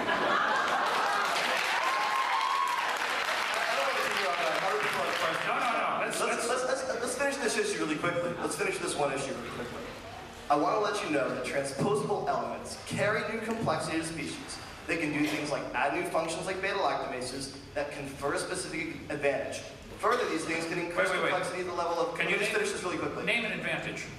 Beta-lactamases are an advantage because they break down penicillins, and they make these bacteria resistant to penicillins not only created by you and I in the lab, but by other penicillin-producing bacteria. Okay, did you see what I mentioned tonight about bacteria becoming resistant to drugs, especially penicillin? Right, and it was incorrect. You said they never gain complexity or gain information. I'm saying they do. Okay, you're missing such a big picture here. Okay, where did this genetic information come from? Oh yes, you are. Okay, you're talking about taking already complex, incredibly complex genetic information and moving it. This does not at all help. How did the complexity get there? This is like taking a section of a program out of PowerPoint and it's somehow getting transposed into Microsoft Word. Okay, but they're both already complex programs. The DNA segments you're talking about moving around are incredibly complex. Complex to you. I mean, basically, how chemically complex is DNA really? And how difficult is it to make DNA from simple elements like carbon dioxide, ammonia, add a little lightning, add a little salt, add a little light energy? How long would it take? They've done it in the lab, not long. You're telling me, now, I want you to repeat that slowly. You're telling me that you take, DNA can be made very easily, you add a little something together, add a little salt. This was an experiment that was done a long time ago where they simulated. Yeah, I know it was done a long time ago. Miller and Urey experiment, okay? And it's been done many times since then. Let me show you what happened. Is this the experiment you're talking about? Let's see. Right here. Let's see, I'll get it. Okay. Analyzing it. Yeah, okay. Right here. My mom would be mad. You're telling me you take a few gases and you run them through an electric spark and you're going to get the element. You think it's simple to make a DNA. That was your statement, I believe. I'm saying it's not that complex a molecule in the grand scheme of the DNA we've seen to exist in the universe. The DNA is not that complex of a molecule in the grand scheme of things. Is that what you said? Yes. Okay. They used methane, ammonia, water vapor, and hydrogen in this experiment, purposely excluding oxygen. And I'll explain why. This textbook says he discovered the bottom of the flask had a red goo that was rich in amino acids. Well, They didn't come close to making life. He excluded oxygen because he knew if there was any oxygen, it would oxidize whatever was created. The problem is, you can't get life to evolve with oxygen. Okay, it's going to oxidize it. It's going to break it back down. Now, amino acids that try to combine are going to oxidize. The problem is ozone is made from oxygen, and ozone blocks UV light, and UV light destroys ammonia, and that's one of the gases he used. So you can't get life to evolve without oxygen. Your chemistry is way off. What I want to get back to is the transpose I don't make an accusation like that. I want to get back to what I was talking about in the first place and stay on topic. I'm telling you that there are elements of DNA that add complexity. I'm telling you that small morphological or small genetic changes encoded by these transposons can result in large morphological changes and even differences as drastic as mating type preferences, you know? Okay, now let's slow down, take this a little bit of time. You're telling me that DNA can be moved from one type of animal to another through either viruses or mosquitoes or wherever you want to move it, okay? And this results in a new kind of animal that is going to be, that process is sufficient to explain how a simple thing like what we consider simple like a paramecium can turn into a different kind of animal like a whale or something else over billions of years. This is only hard for you to imagine because you don't understand it. That's what I'm going to finish with. Wait. I mean, it's hard for me to imagine because I don't understand it. It's not an insult. I'm saying a lot of people don't understand. I'm trying to understand it. But see, you're missing such a big point. Okay, but you're missing such a big point. The point is, what you're referring to is something that is purely religious. You don't observe this. No, it's certainly observation. It's absolutely religious. Nobody observes any animal turn to a different kind of animal. Now, if you want to believe, okay, if you want to believe that, that's fine, but don't call it science.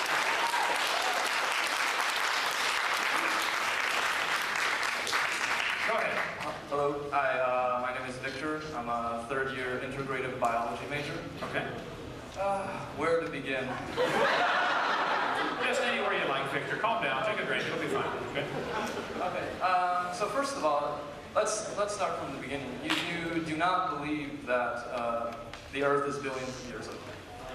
I don't believe the Earth is billions of years old, but that's not what I covered tonight. I covered the evidence for evolution has all that's been presented so far is lies. Where's the evidence for evolution is what I was asking for tonight. Well, you were citing your belief that the Earth was not very old as evidence that evolution is not true, because evolution is based on the assumption. No, I didn't cite that at all. You misunderstood, Victor. I never said the Earth is not billions of years old, therefore evolution is not true. What I said is, all of the evidence used to support this theory of evolution has been proven wrong. Where's the real evidence? I do happen to believe the Earth is not billions of years old, but that is unrelated to the discussion. Even if it was billions of years old, that's no help for the evolutionists. That's only the first obstacle they have to overcome. Now, if you want to discuss the age of the Earth, we certainly can, but keep in mind, I am not asking for my belief to be taught at taxpayers' expense. They are. So, the burden of proof is on the evolutionist, not on me. But go ahead. Okay, fair, but in order to explain evolution, you would have to believe that the Earth is billions of years old. That's what I said. The first obstacle, you have to have billions of years to make this theory look even consider reasonable. Right, I agree. And we have very good proof that it is billions of years old. Okay, you're welcome to believe that. So, do you not believe in carbon dating and argon dating? Which one would you like to discuss? Carbon dating or argon dating? Or both, if you want. Okay. Well, I do know a little bit about this. Let's see. Potassium slowly decays to argon. The theory goes that since potassium is found in rock quite a bit and decays to argon, argon's a gas which would escape into the atmosphere. So they say, well, when a volcano erupts, it should reset the clock to 0, and we should have any lava flows, when they're fresh, should reset the clock. And this is how they date things by what's called an event horizon. You can look at any textbook. I'll show you here. Potassium decays at a pretty slow rate. 1.3 billion years is considered the half-life of potassium to argon. Okay? About 80% of potassium in a small sample of iron can be removed by distilled water in 4.5 hours. So, in conventional interpretation of potassium-argon age data, it's common to discard ages which are substantially too high or too low compared with the rest of the group, or with other available data such as the geologic time scale. There's my point. It has to be based on geologic time scale. The KBS Tough, for many years in all the science magazines, was dated between 212 and 230 million years old based on potassium-argon dating. Nobody argued with this. It was dated many, many times. Everybody said the KBS Stuff is 200-some million years old. Until a problem came up. Richard Leakey discovered a human skull, KNMER 1470, under the KBS Tough. Well, now we got a problem. They knew it wasn't an intrusion. It wasn't a burial where somebody dug through the layer and buried it. They checked all that. They said, man, we got a pretty normal human skull under a layer of ash that's 212 million years old. We can't have that. It upsets the theory. So they redated the KBS Tough, even though it had already been dated many times before. They never would have checked it had it not been for this fossil that was found. Now they got ages from 0.5 to 2.6 million years old. I would like to point out two things. That's way down from 212. Secondly, that's still a 500% error. Half million to 2.6 million? We can talk a long time about that one, but the way they keep adding age to the Earth, okay? The Earth, if you want to believe it's billions of years old, that's fine, but I don't think you should use potassium-argon dating to do that, okay?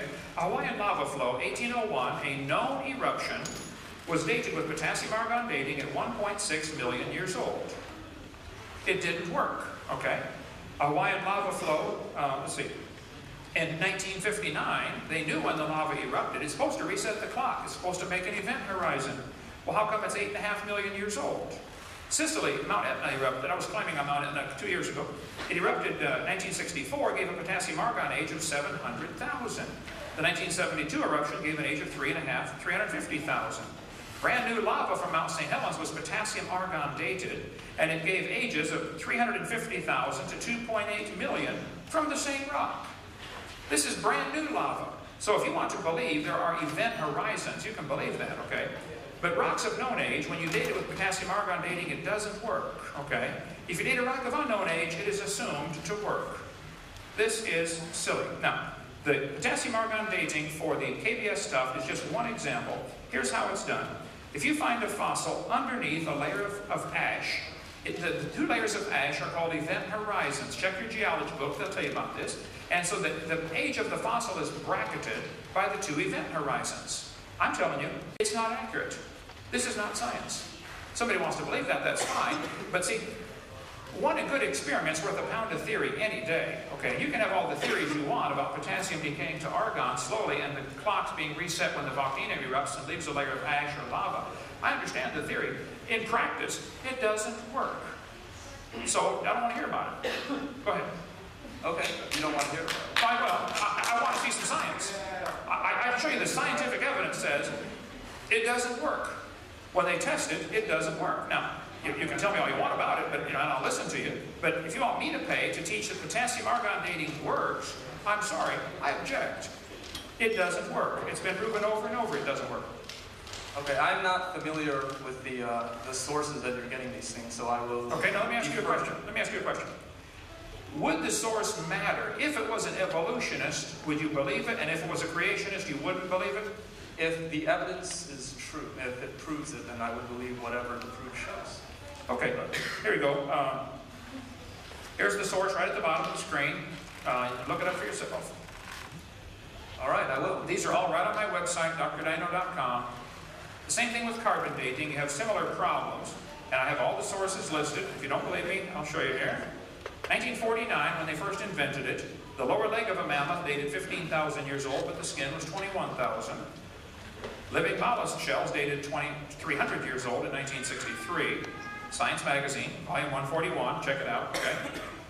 And the 12th Nobel Symposium, they said if a carbon date supports our theories, we put it in the main text. If it does not entirely contradict them, we put it in a footnote. If it's completely out of date, we just drop it. They pick the dates they want.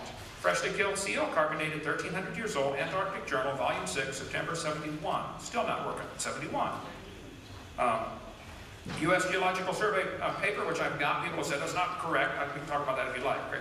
But they said baby mammoth was part of it was 40,000, another part's 26,000. Same animal, getting two different dates. Anthropological Journal of Canada, 1981. They said no matter how useful it is, the radiocarbon method is still not capable of giving accurate and reliable results. There are gross discrepancies. The chronology is uneven and relative, and the accepted dates are actually selected dates. This whole blessed thing is nothing but 13th century alchemy. It all depends upon which funny paper you read. And again, I think you're missing a much bigger point, okay? Even if the Earth were billions of years old, that doesn't help the evolution theory. All it does is hide it long ago and far away like a fairy tale. It doesn't, we don't see any evidence for it today. Dogs are still producing dogs, and that's all we've ever seen. And anything else is something you believe off in La La Land, okay? But it's not science. So the age of the Earth is only the first obstacle. I don't think it can be overcome, and it certainly can't be overcome with carbon dating or potassium argon dating. But that's just the first obstacle. And I'm not, again, asking for my view to be taught. I'm asking for lies to be taken out of the books. Now, nobody yet tonight has come forward and defended any of the lies I shared tonight and said, that's not a lie, it's true.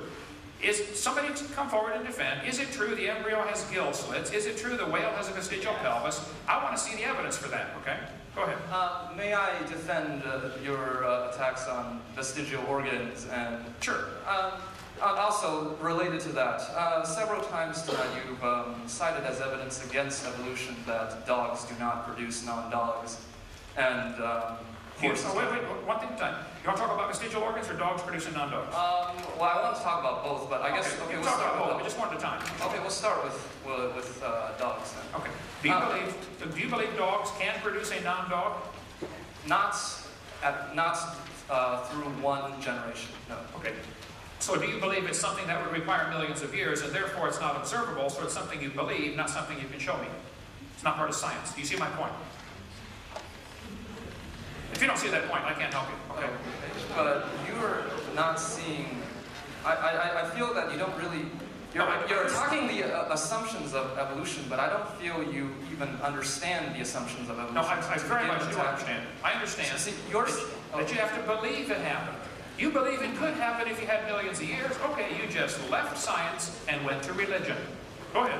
Okay, but you said that dogs cannot produce non-dogs, but that is not what evolution says at all. Evolution says you take two populations of dogs and expose them to very different selective pressures, then eventually microevolutionary traits will build up, and eventually, but for the first couple of thousand years, they will be able to interbreed. Okay, so do you see how you right now are going from science to religion in the same sentence? Does anybody else see that? Am I the only one seeing this? Okay. You can believe that this could happen over millions of years, but that's no longer science. Science is what we can observe and test and study and demonstrate. I don't care what could happen over millions of years. What happens? We have 6,000 years of recorded human history with people telling us dogs produce dogs. What evidence do you have that would say that something other than that can happen? Don't tell me what might happen over millions of years. Where's the scientific evidence? Okay, put in another way. Do you believe that 1 apple plus 2 apples equals 3 apples? What does that have to do with dogs? I'm kidding. So you can imagine that, right? I want to stay on topic. Yeah, I believe 1 apple plus 1 apple equals 2 apples. I agree. Yeah. So do you believe that 1,000,000 apples plus 1 apple will equal 1,000,001 apples? Or 1,000,000 plus 2,000,000 apples will equal 2,000,000 apples? If you're going to give me every possible example, we're going to be here for a long time. Well, you've never sat down and added. Yeah, I taught math. I believe that. I understand. Okay. So, you don't need to have seen personally millions of years of evolution to have to believe it. Oh, no, you have a false analogy here. We have mathematical I've never seen 1,000,000 apples plus 1 apple equal 1,000,001, okay? But that is not the same as saying, I've never seen a dog produce a non-dog. That is absolutely totally different things. That's a logical fallacy, okay? How's that a logical fallacy? We were talking about millions of mutations and... Okay, well, I don't think I can help you on that one. If you don't see the problem with that, then I think we probably should go to a different topic. Okay. So, I guess I'm taking up a lot of time. One last... Two questions, and then get in line again if you want. Yeah, Skip, come on back. I want to see you. Huh? Go ahead. Do you have another question about vestigial structures? Okay, yeah, so my last one. Are you aware that humans are not perfectly adapted to walking on 2 feet? That is the reason why so many people experience lower back pain. Wait now. Let me see if I understand this. You're saying humans are not perfectly adapted to walking on 2 feet, and that's why we have lower back pain. And are you implying that is evidence we used to walk on 4s like an ape? Yes. Okay. Could it be there's our ancestors, we ourselves never did. Okay, there are an awful lot of people that do not experience lower back pain. There are cultures all over the world that don't have the lower back pain America does because maybe they have different dietary reasons or different exercise reasons, or maybe there's another reason for the lower back pain. If people have lower back pain, that would not be proof of an ape-like ancestor, and that would be the opposite of evolution. No, it would not be the opposite of evolution. Yes, it is. I would love to explain why it's not. Okay, where's an example of where we're gaining something new? We're gaining the ability to walk on 2 legs and thus have 2 appendages free to hold things. Who taught you that? And why did you believe it? I didn't teach you that. No. Come here more often. I gotta come here more often. That's just what I need. Okay. I'll come here as often as you can find somebody to debate me, brother. You can call me, I'll drop it. You cite the imperfection of evolution as evidence against it, where in actuality it's evidence for it. Okay, first I would say I don't think the human back is poorly designed for walking upright. I think it's designed just fine. Now, I walk around just fine. If you're having trouble, you can see a chiropractor or something. Now, but the example you're giving is a lousy example for evolution. When you consider that you and I, standing here today, are copies off of a copy, off of a copy, off of a copy, off of a copy, off of a copy, I would say, of Adam 6,000 years ago, and you would say off of a monkey 3 billion years ago. Either way, there are many copies have been made in here. It's amazing we can even be having this conversation. The original DNA code must have been incredibly complex to survive all this long copying process.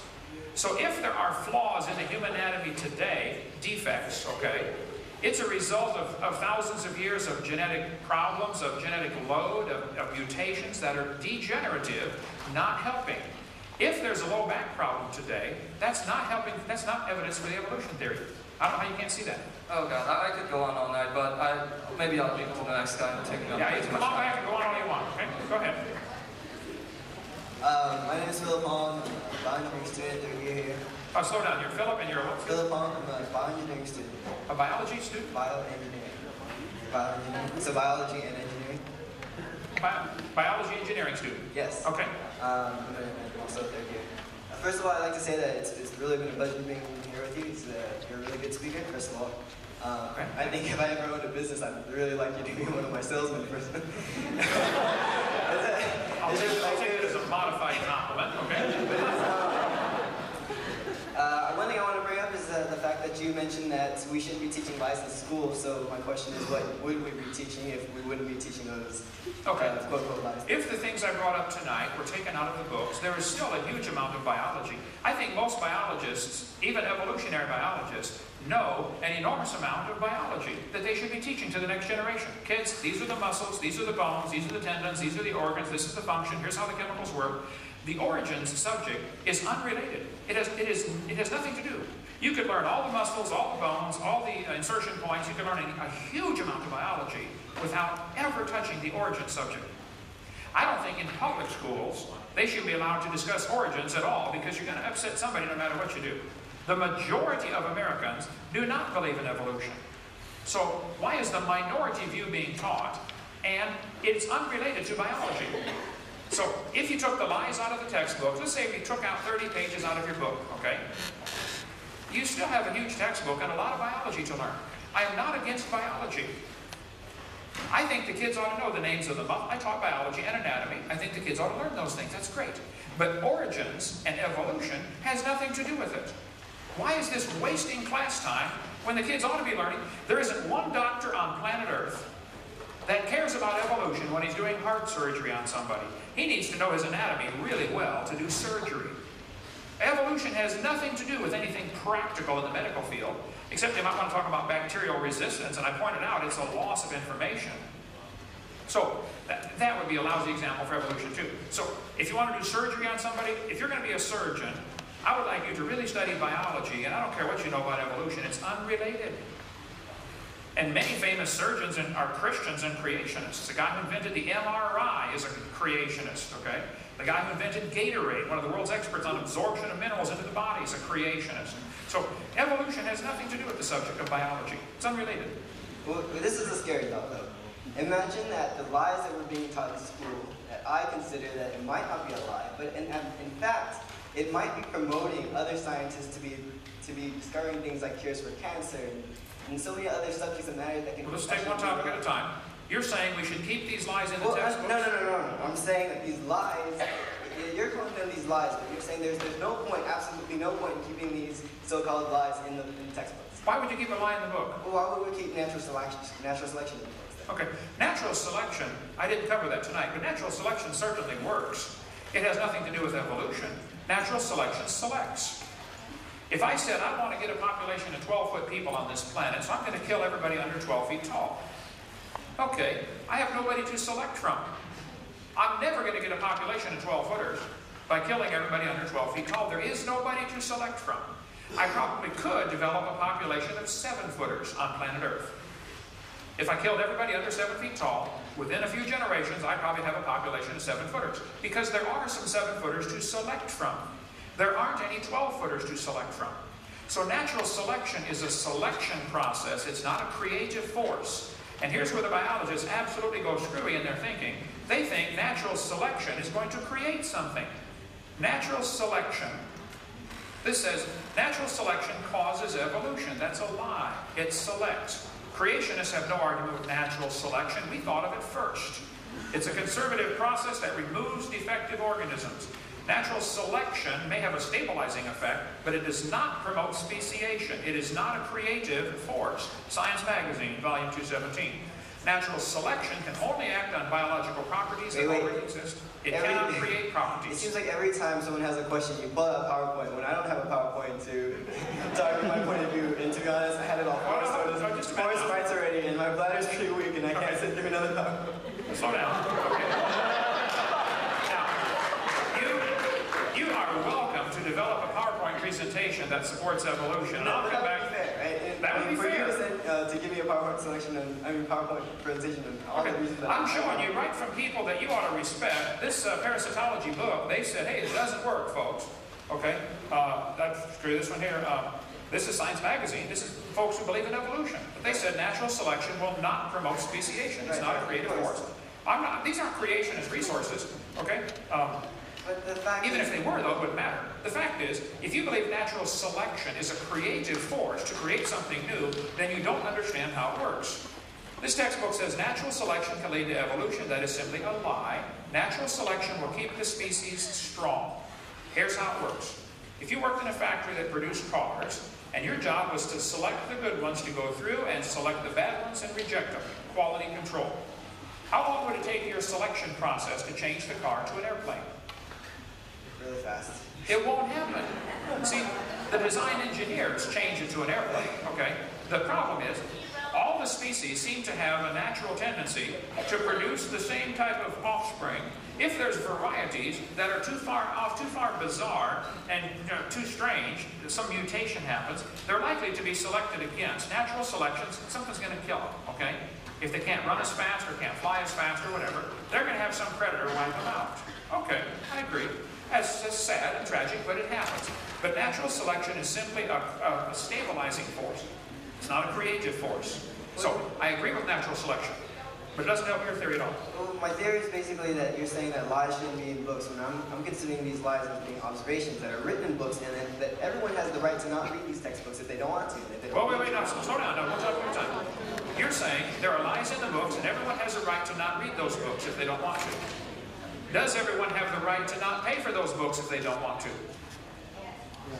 Yeah, I think so. You think so? I think so. Good. Yeah, you're on my side then. Thank you, sir. That's all I want. Don't teach lies in the books. But we're not teaching lies in books. We're teaching observations in books. They're not Observations lead to creativity. Creativity leads to new science, and new sciences lead to truth. And the fact is, even if you say that that all these lies are in the books, right? These lies that we can't teach our kids. What are we supposed to substitute it for? Creational? No. But you're not saying it. You're right. What you're exactly going to say One right thing now at a time. is Slow not, down. Look, you the guys. burden of proof. Wait, the burden of proof is not on creationism. It's on us. But if we took the lies out of the textbooks, there would still be a lot of good biology There in would them. be a whole shitload of good biology. Okay. I'm sorry. I'm not against biology. I'm against teaching lies.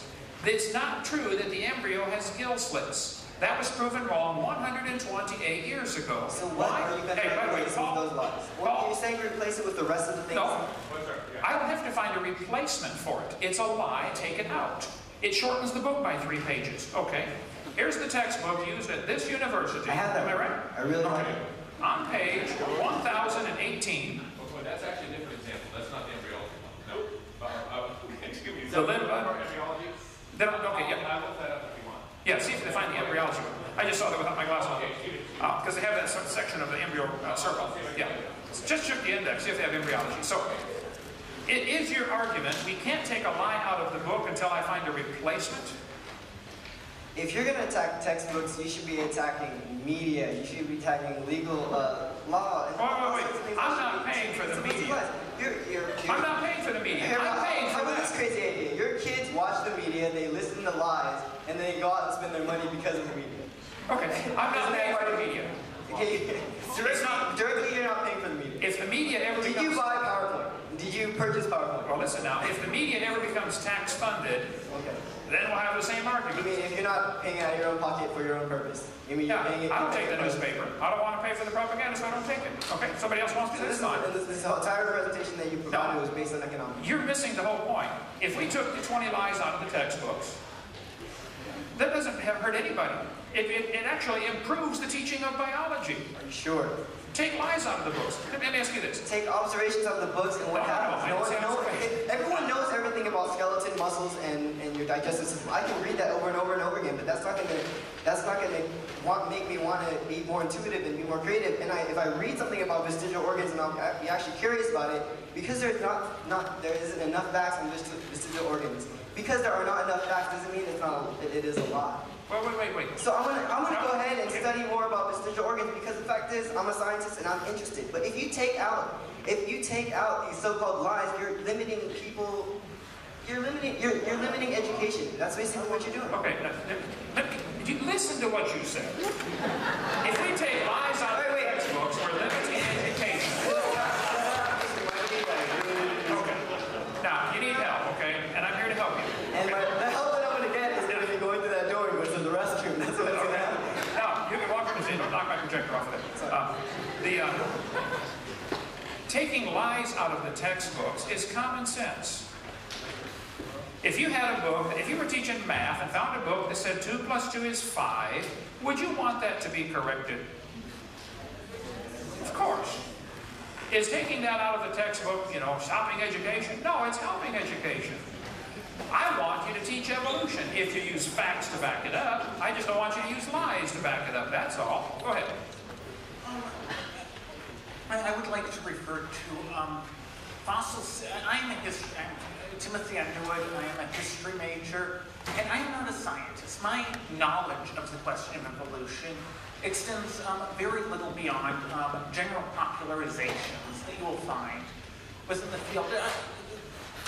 I would like to add, you argue that all of the evidence for evolution that is put forth are lies. No.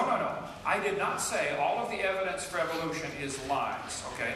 And the things I pointed out are lies. Those ought to be removed. Okay.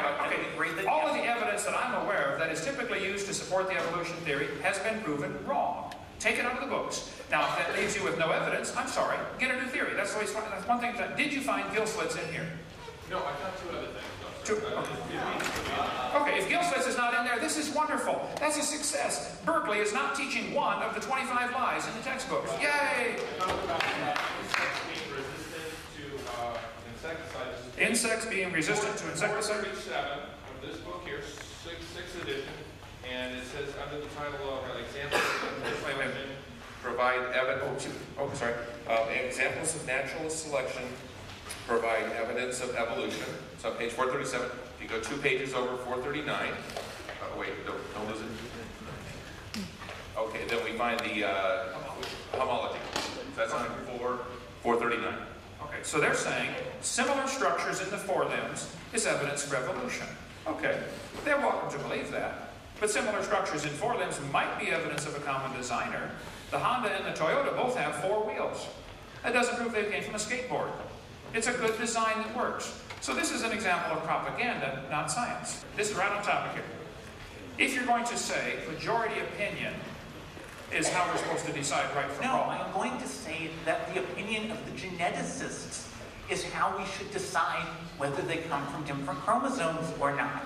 Okay, the As opinion I recall, in of those which texts, geneticist? which I have read, written by geneticists, If say a geneticist- Richard Dawkins, Or Richard Dawkins, yeah, he wouldn't debate me either. If a geneticist is a creationist, if I can find a geneticist that has a PhD in genetics who doesn't believe in evolution, and they say, hey, Hovind's right, this is not evidence for evolution, it might be evidence for a designer, would a creationist's opinion matter?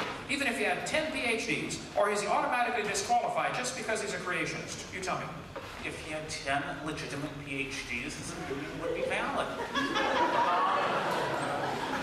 And it would be part of the question going intellectual debate, and if consensus opinion within the scientific community, i.e. the vast majority of the scientists. I want to try to get you to see a bigger picture here. Okay. I want to try to get you to see a bigger picture.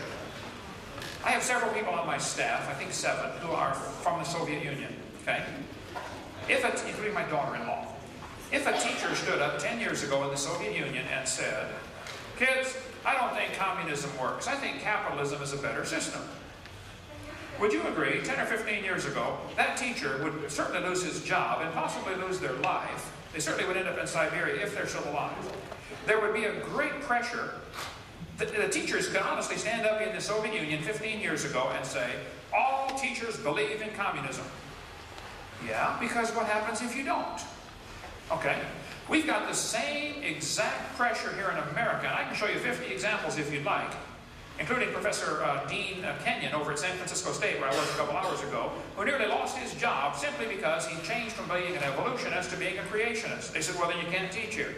They took him from tenured professor to a lab assistant. I'll give you 50 examples in a minute if you'd like that. Now, I'm telling you, here at Berkeley University, the land of free speech, if a professor gets up and says, in a biology class, and says, kids, I have really doubts about this evolution theory. I think what we're teaching are lies. I don't think this stuff is true.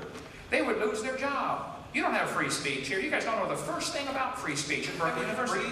I would agree that most likely should a professor stand up and say, I do not any longer believe in evolution, he would be in extreme danger of his job. However, because 99% Because you have to believe in evolution to teach at Berkeley. Because and therefore all teachers believe in evolution. This is what you're missing. No, because more than 99% of the professors at all universities think that creationism has no basis in fact. Okay, but I want to repeat this so they can hear this, okay? You're saying 99% of the professors believe that creationism has no basis in fact. I didn't talk about creationism tonight. I said there are lies in the textbooks, take them out. Fine, 99% of professors in the relevant fields believe that evolution is true and that there are facts to support it. Okay. And they argue that those who attack that claim that there are not facts Well, let me take this one section at a time. incorrect. Look, you can ask all you want, but let's just go one at a time so people can understand this, okay? I don't think you're correct that 99% of the professors believe in evolution. Washington Times did a survey May 31st, it's in the Washington Times, 1998, the last one I'm aware of, 6 years ago, that said 55% of the natural scientists in the United States believe in Darwinian evolution.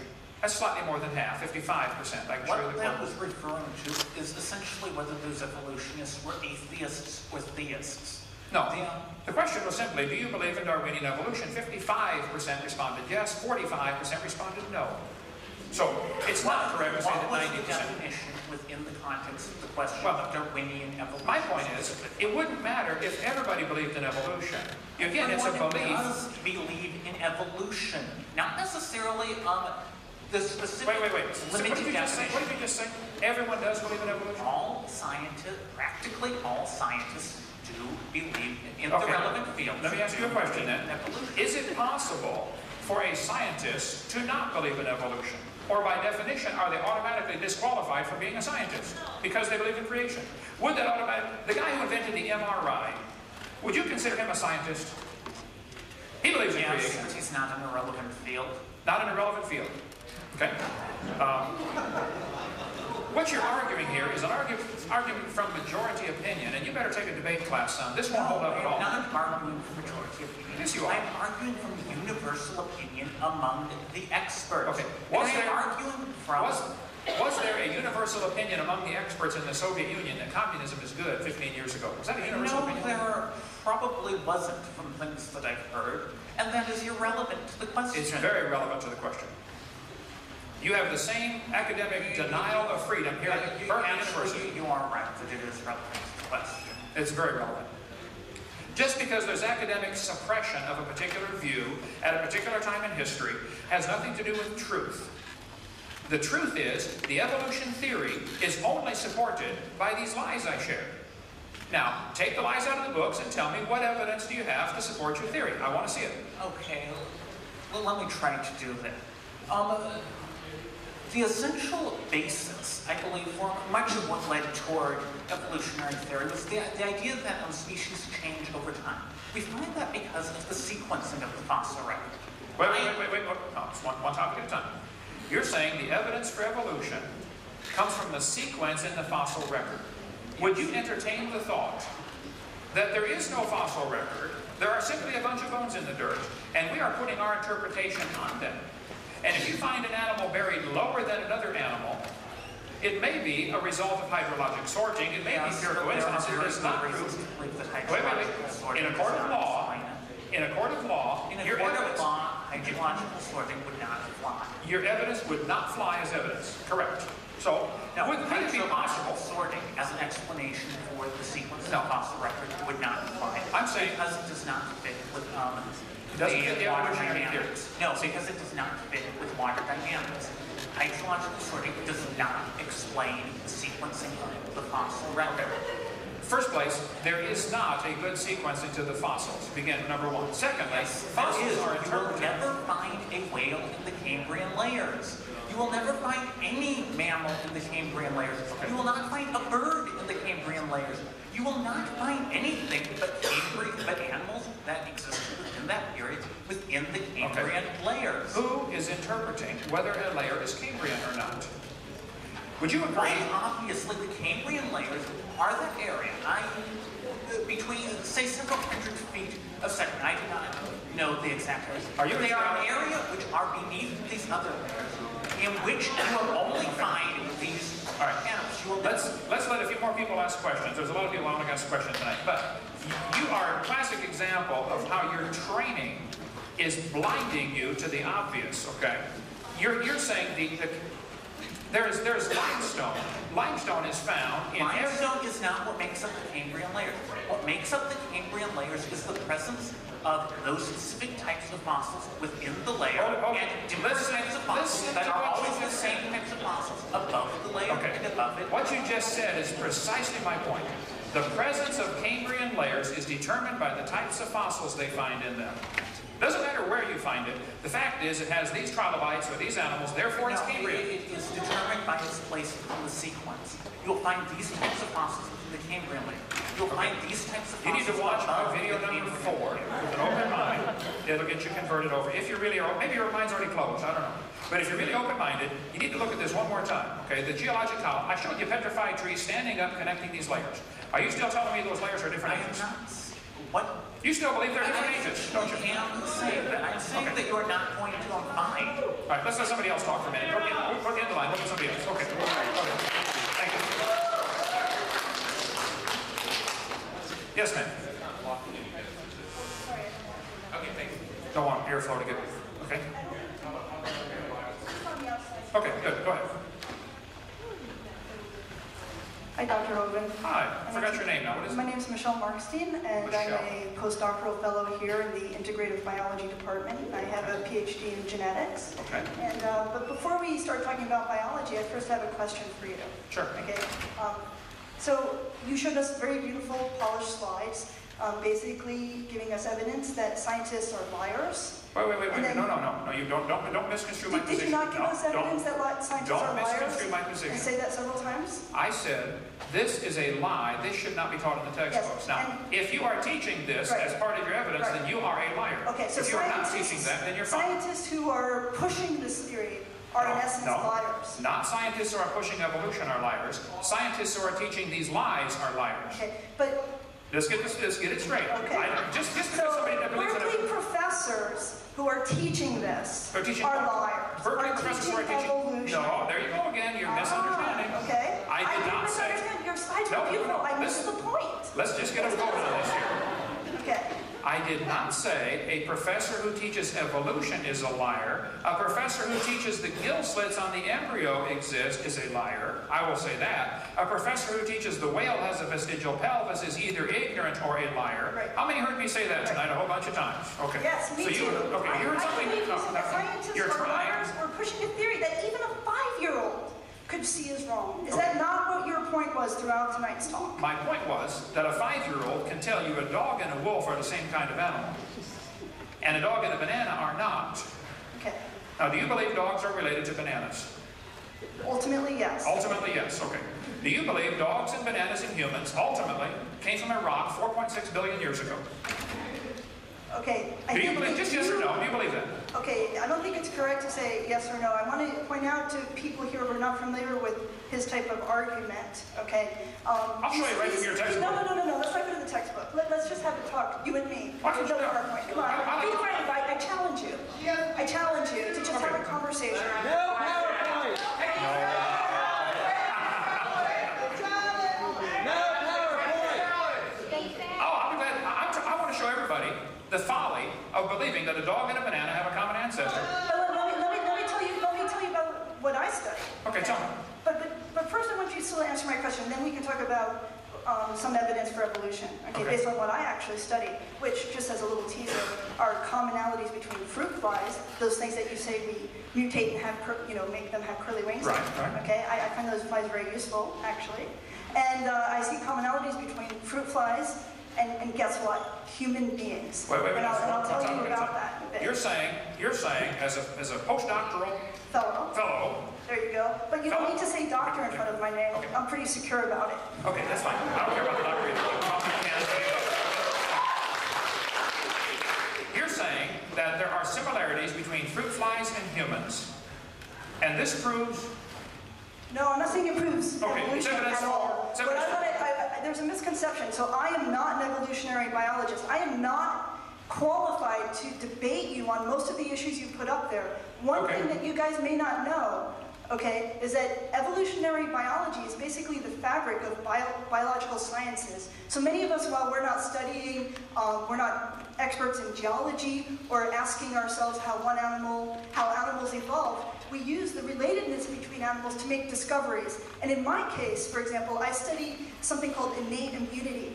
And it's a very ancient type of immune system, and it actually exists in animals such as fruit flies and in animals such as us. And what I have found in looking at the genome of these animals is that there's a conserved, what we call a regulatory signature. I've been able to find this in the fruit fly, and now I'm going to use this information to probe the human genome to look for immunity genes and to understand how that works. And do you know why? To help human health. That's wonderful. Why. I'm proud of you. Now listen. Not to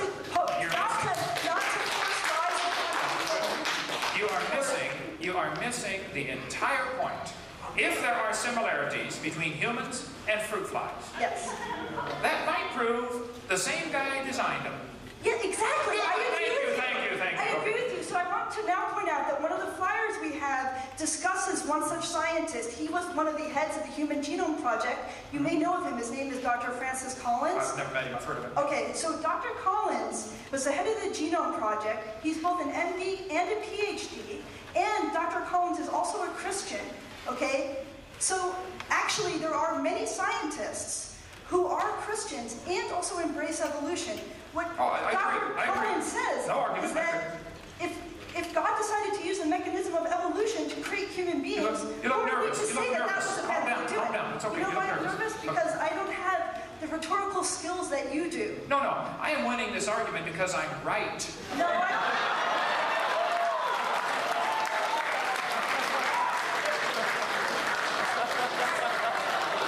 think you may be winning the argument with certain people here for a very unfortunate reason, which is that they have not been really exposed to the truths of evolutionary biology. Okay. And I think that the way to be exposed to those truths is to actually take a course in it, which you can do here. Calm down.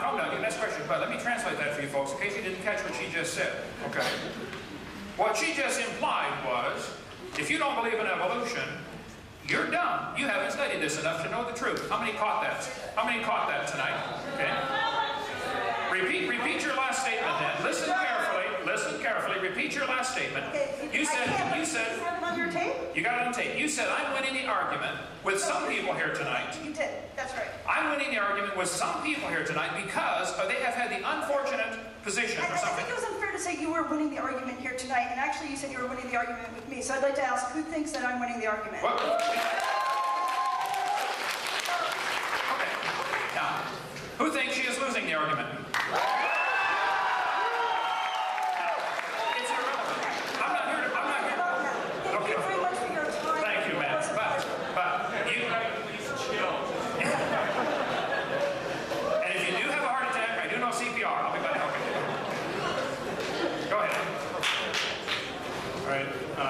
My name is Neil. I'm from SF State. I'm an international relations major. International relations, Neil? Yes. Okay. Yes, Neil. Go ahead. So in the first part of your presentation, you talked a lot about the lies that are in the textbooks. Correct. And most of my presentation tonight was simply, these are lies in the textbooks, take them out. Right. Okay. And so you're constraining the argument mostly to talking about those lies. And well, they should since I am paying for these lies to be taught, and right. I think most people resent lies being taught at taxpayer expense. That's the whole point tonight. Okay. Now, in your presentation, later, you talked about the vestigial organs in whales, and... there are no vestigial organs in whales. Right. Some people are teaching there are. Is that book teaching there are vestigial whale pelvis? Look up whale pelvis. Just look up vestigial. All right, so I'm going to complete the question that I'm going to ask, and then you're going to respond to it. Well, if it's a real long question, I want to do it in pieces, because I'll forget, okay? I'm on Florida time. I should be in bed 2 hours ago. Go ahead. All right. So, after you said that, besides if they lost their legs, that's the opposite of evolution. If the whale has a vestigial pelvis, and that is supposed to be evidence of it losing legs, that is not an helpful example for evolution. That would still be counterproductive. Right. Now, so you're defining evolution then as what? Well, the evolutionist would say, we started from a single-celled organism, which has no legs, and slowly developed legs. Somewhere along the line, legs had to develop. Right, but evolution is the process of moving from less adapted organisms to more adapted organisms. Is that your definition of evolution? That is the definition of evolution. Okay, moving from less adapted to more adapted. Organisms, yes. Organisms, okay, that's your definition. Go ahead.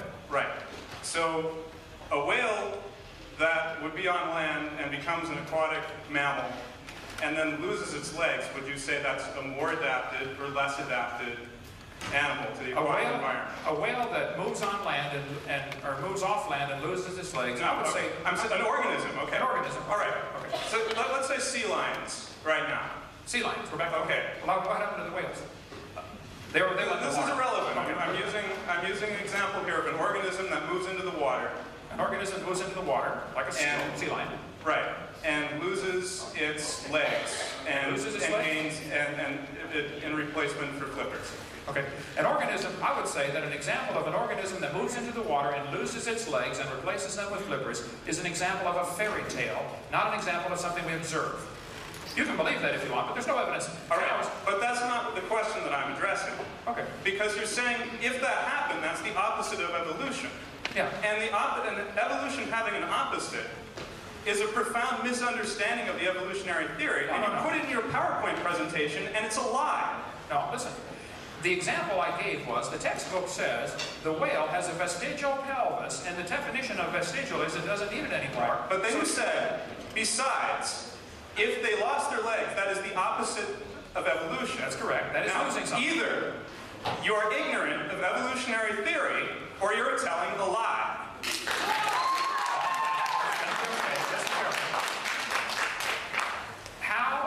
Do you believe the whale evolved from a land-dwelling creature, like a cow, like the folks at the National Center for Science Education believe? Yes, I do. I mean, you can. I showed you their brochure from Bossy to Blowhole. That's a cow to a whale, okay? I'm not saying that I particularly believe that it's a cow, but I believe that it You believe it was a land-dwelling animal that Yes. turned into a whale, okay. Do you realize that whales have their nose on the top of their head? Yes. Okay, and most animals on land have their nose on the front of their Right, head. and there is in fact a fossil record that shows the movement of the blowhole from the nose to the top of the head. If somebody taught you that, and you paid to get taught that, they stole your money from you, son, okay? The whale, okay. I couldn't find the whale under vestigial organs, but I did find on page 439 about the snake that it had quote-unquote hind legs, or remnants of hind legs, vestigial organs. It's a very brief paragraph. So, okay. It is the same example, though, of losing instead of gaining. And if you think the whale came from a land-based animal and went back into the water, okay, that's what you think, right? And lost whatever, and gained whatever needed, and lost whatever needed. Because there's a lot of differences between most land-based mammals and a whale. A lot of differences, okay? I am not aware of any land-based mammals that have the same type of feeding system for their young that whales do, where they actually squirt the milk in. Most land-based animals have to suck on the milk. The whale actually squirts it into the baby's mouth. That's what we would call an adaptation. That's an adaptation. No, I would say that was designed, okay? Now, if you want to believe it's an adaptation, you can believe that, but you just left science and went to religion. And this is what you're not seeing, okay? Here we go. All right. Bossy the Blowhole, folks, and maybe I'm not getting this, but were they teaching at one time that the cow evolved to the whale? Am I getting? How many are saying that? No. How many are saying that? Oh, nobody's saying that. Okay, maybe I'm getting something wrong here. Now, let's see. Hey, I'm willing to correct. Honestly, I really am. Okay, if I'm wrong, let's see. Whale's pelvis. You're saying there is fossil evidence of the blowhole moving from the front of the head to the top of the head. From the nose, yeah. From the nose? Do you think there is fossil evidence for a whale? Are you referring to Ambulocetus? I don't know specific names on international relations. I think you have been crippled by your education, and it's a shame you had to pay for that. It's worse that I had to help pay for that. Now, if you want to believe that, that's perfectly fine, okay? But that's not science, son. You've been sold a religion. I've seen a line of fossils. You have seen a line of fossils? Where they have the nose closer to the front and moving towards the top of the head of skulls of whales. You have seen this a line of PowerPoint presentation refute that. Well, yes, was it fossils or was it drawings? No, they were fossils. It was a video program. They showed the skulls on the table. Oh, a video program. Now, I can show you, I've got a video clip here showing a tricycle turning into a tiger. It's amazing what you can do with these different video programs. You know? What does this have to do with... That's my point. What is your fossils? What is your... I'm saying there's a fossil... I'm saying... Well, first of all, my main point is that you have a misunderstanding of what evolution is if you think that you can have the opposite of it. Now, I don't want to lose that point. Okay. Because we got to keep... I understand your point. So you're saying the fact that it's losing its legs and turning into a whale is not really... That's still an example for evolution. Yeah. Okay, go ahead. You can't go backwards. You can't go backwards? You can't go backwards, because there's no backwards. There's go backwards for evolution. Right. Okay. There's no forward. There's no forward, there's no backward. Just everything stays the same. It's change. You're a creationist, man. Everything stays the same. I say things change towards more adapted from less adapted. Okay, now, if you want to believe that, that's fine. But I pointed out, no fossils would count as evidence in a court of law. Because what does a court of law have to do with science? Well, because you keep bringing it up. Okay, something that would hold up in a court of law as real evidence, something that ought to be considered. You got a professor here at this university, Philip Johnson, that wrote 3 books saying if you put Darwin on trial, it wouldn't pass, okay? That's a court of law. It has nothing to do with scientific inquiry. It has to do with juror selection and lawyers and law. No, I'm saying the evidence wouldn't stand actual real scrutiny. Anybody could come up and say, Your Honor, he found some bones in the dirt. He doesn't know they had any kids. You're right, dismissed, next evidence. No fossils count. You're saying that no fossils count because... I'm saying, if you find some fossils like this, and you want to say that is evidence that a whale came from a cow or an animal on land or a bear, whatever you want, okay? I'm saying, Your Honor, he can't prove those bones right there had any children. Could you prove some bones you found in the dirt had any offspring, let alone different offspring? And why would you think... but I could prove that they had parents. Oh yeah, I could agree with that. Now, see, you're missing the point. But now, if you find many fossils in the dirt, if you find the fact that you find millions of fossils in the dirt, that's proof of a flood. Now that's millions. That's millions.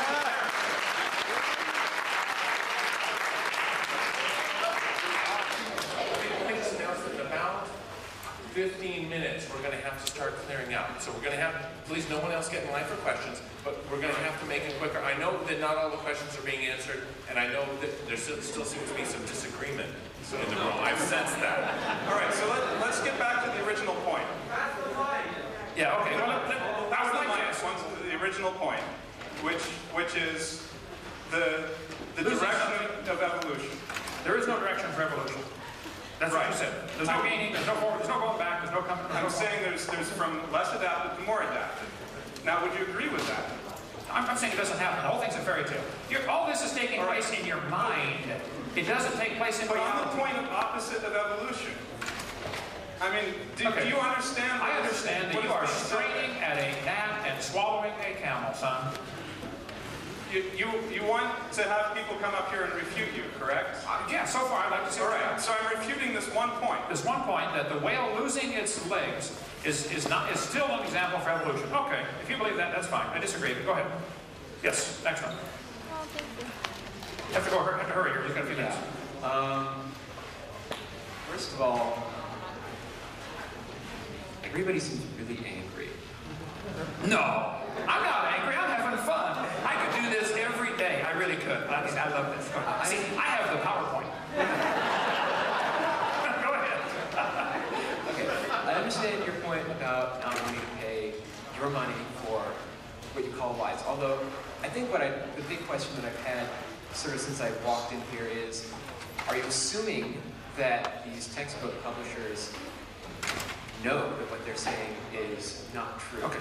It doesn't matter. It doesn't matter. Basically, who benefits? I mean, I'm not trying to attack. Who benefits from these lies in the textbooks? Who benefits from this? And why is everyone arguing so vehemently? Okay. I don't know as far as benefits or not benefits. Why they're kept in the textbooks, I'm going to say probably the authors of the textbooks honestly think they're teaching the truth. The publishers of the textbooks honestly think they're teaching the truth. The teachers in the school who are teaching this honestly think they're teaching the truth.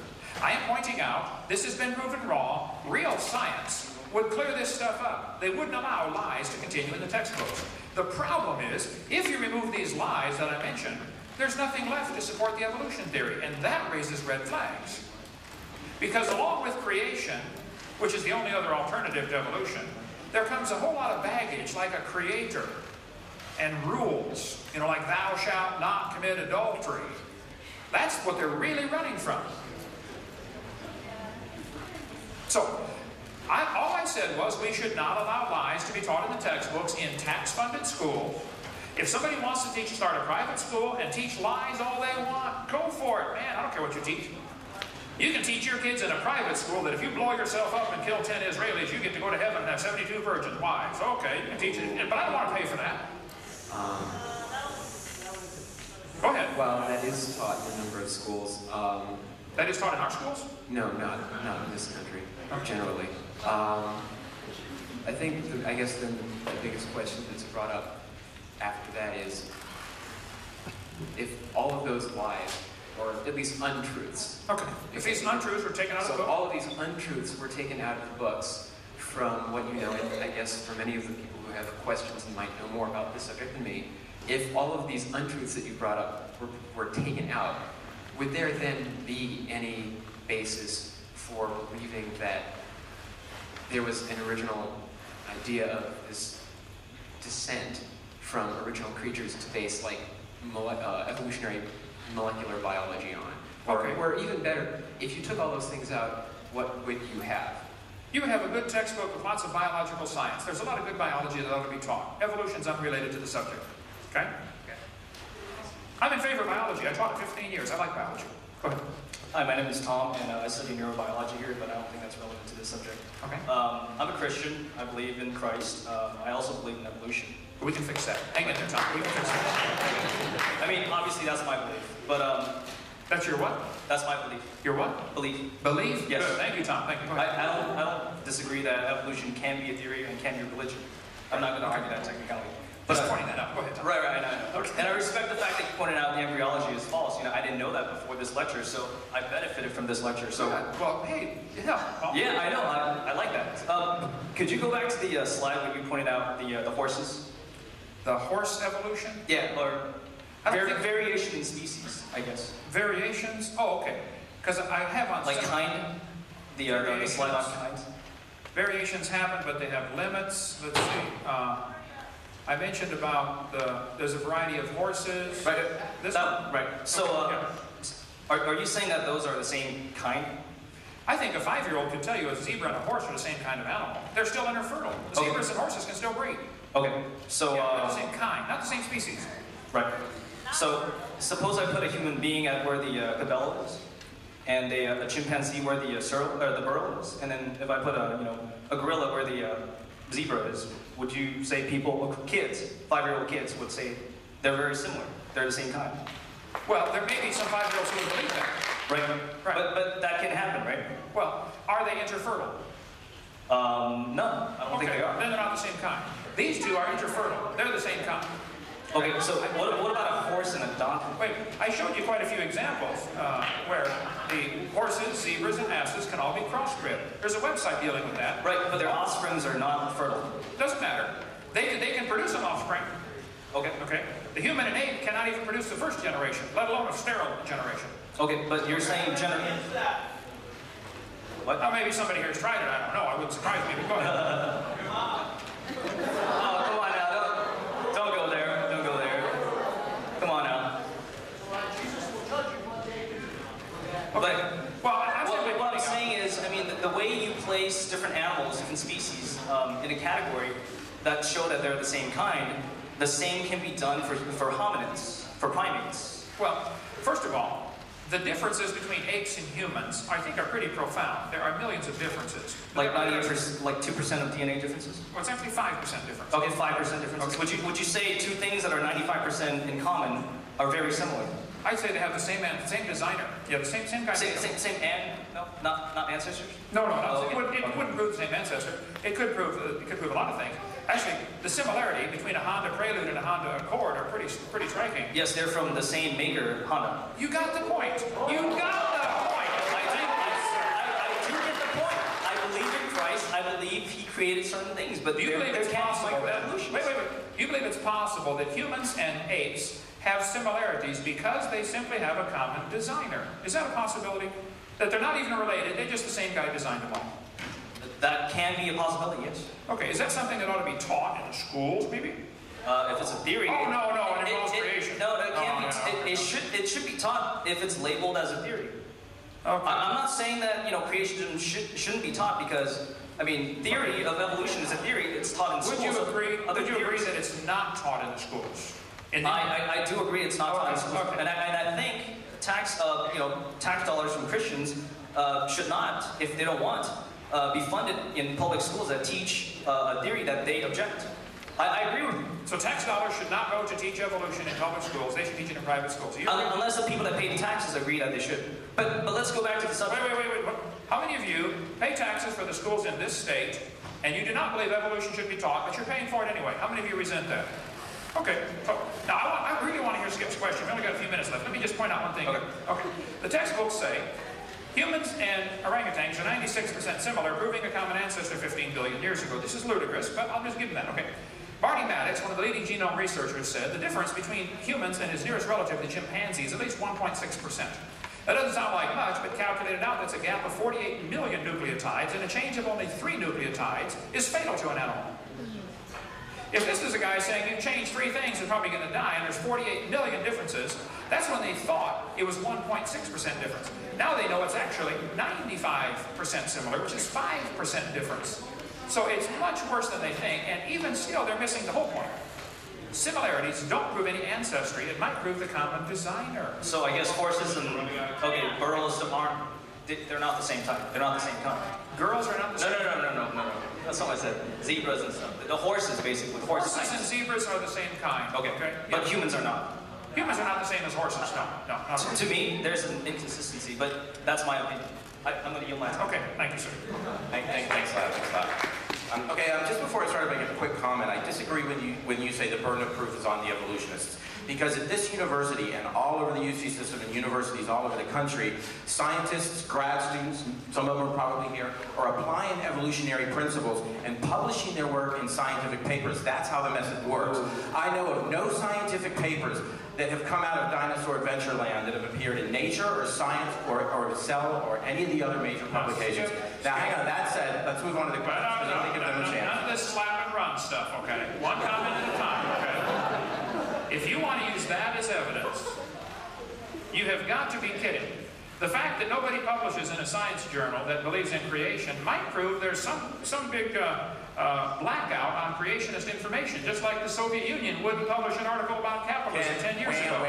Go do some science and then bring it to them and convince them that you have something. Because every major revolution in science has taken a long time. You know, some guy doesn't just pop up with a new idea and they say, hey, that's great. Alfred Wegener, who discovered plate tectonics, died before his theory was accepted by geology. It's if you want to go there, let's move on. We don't have time for that tonight, but we can go there. Let's move on to my question. Watch my video number 7.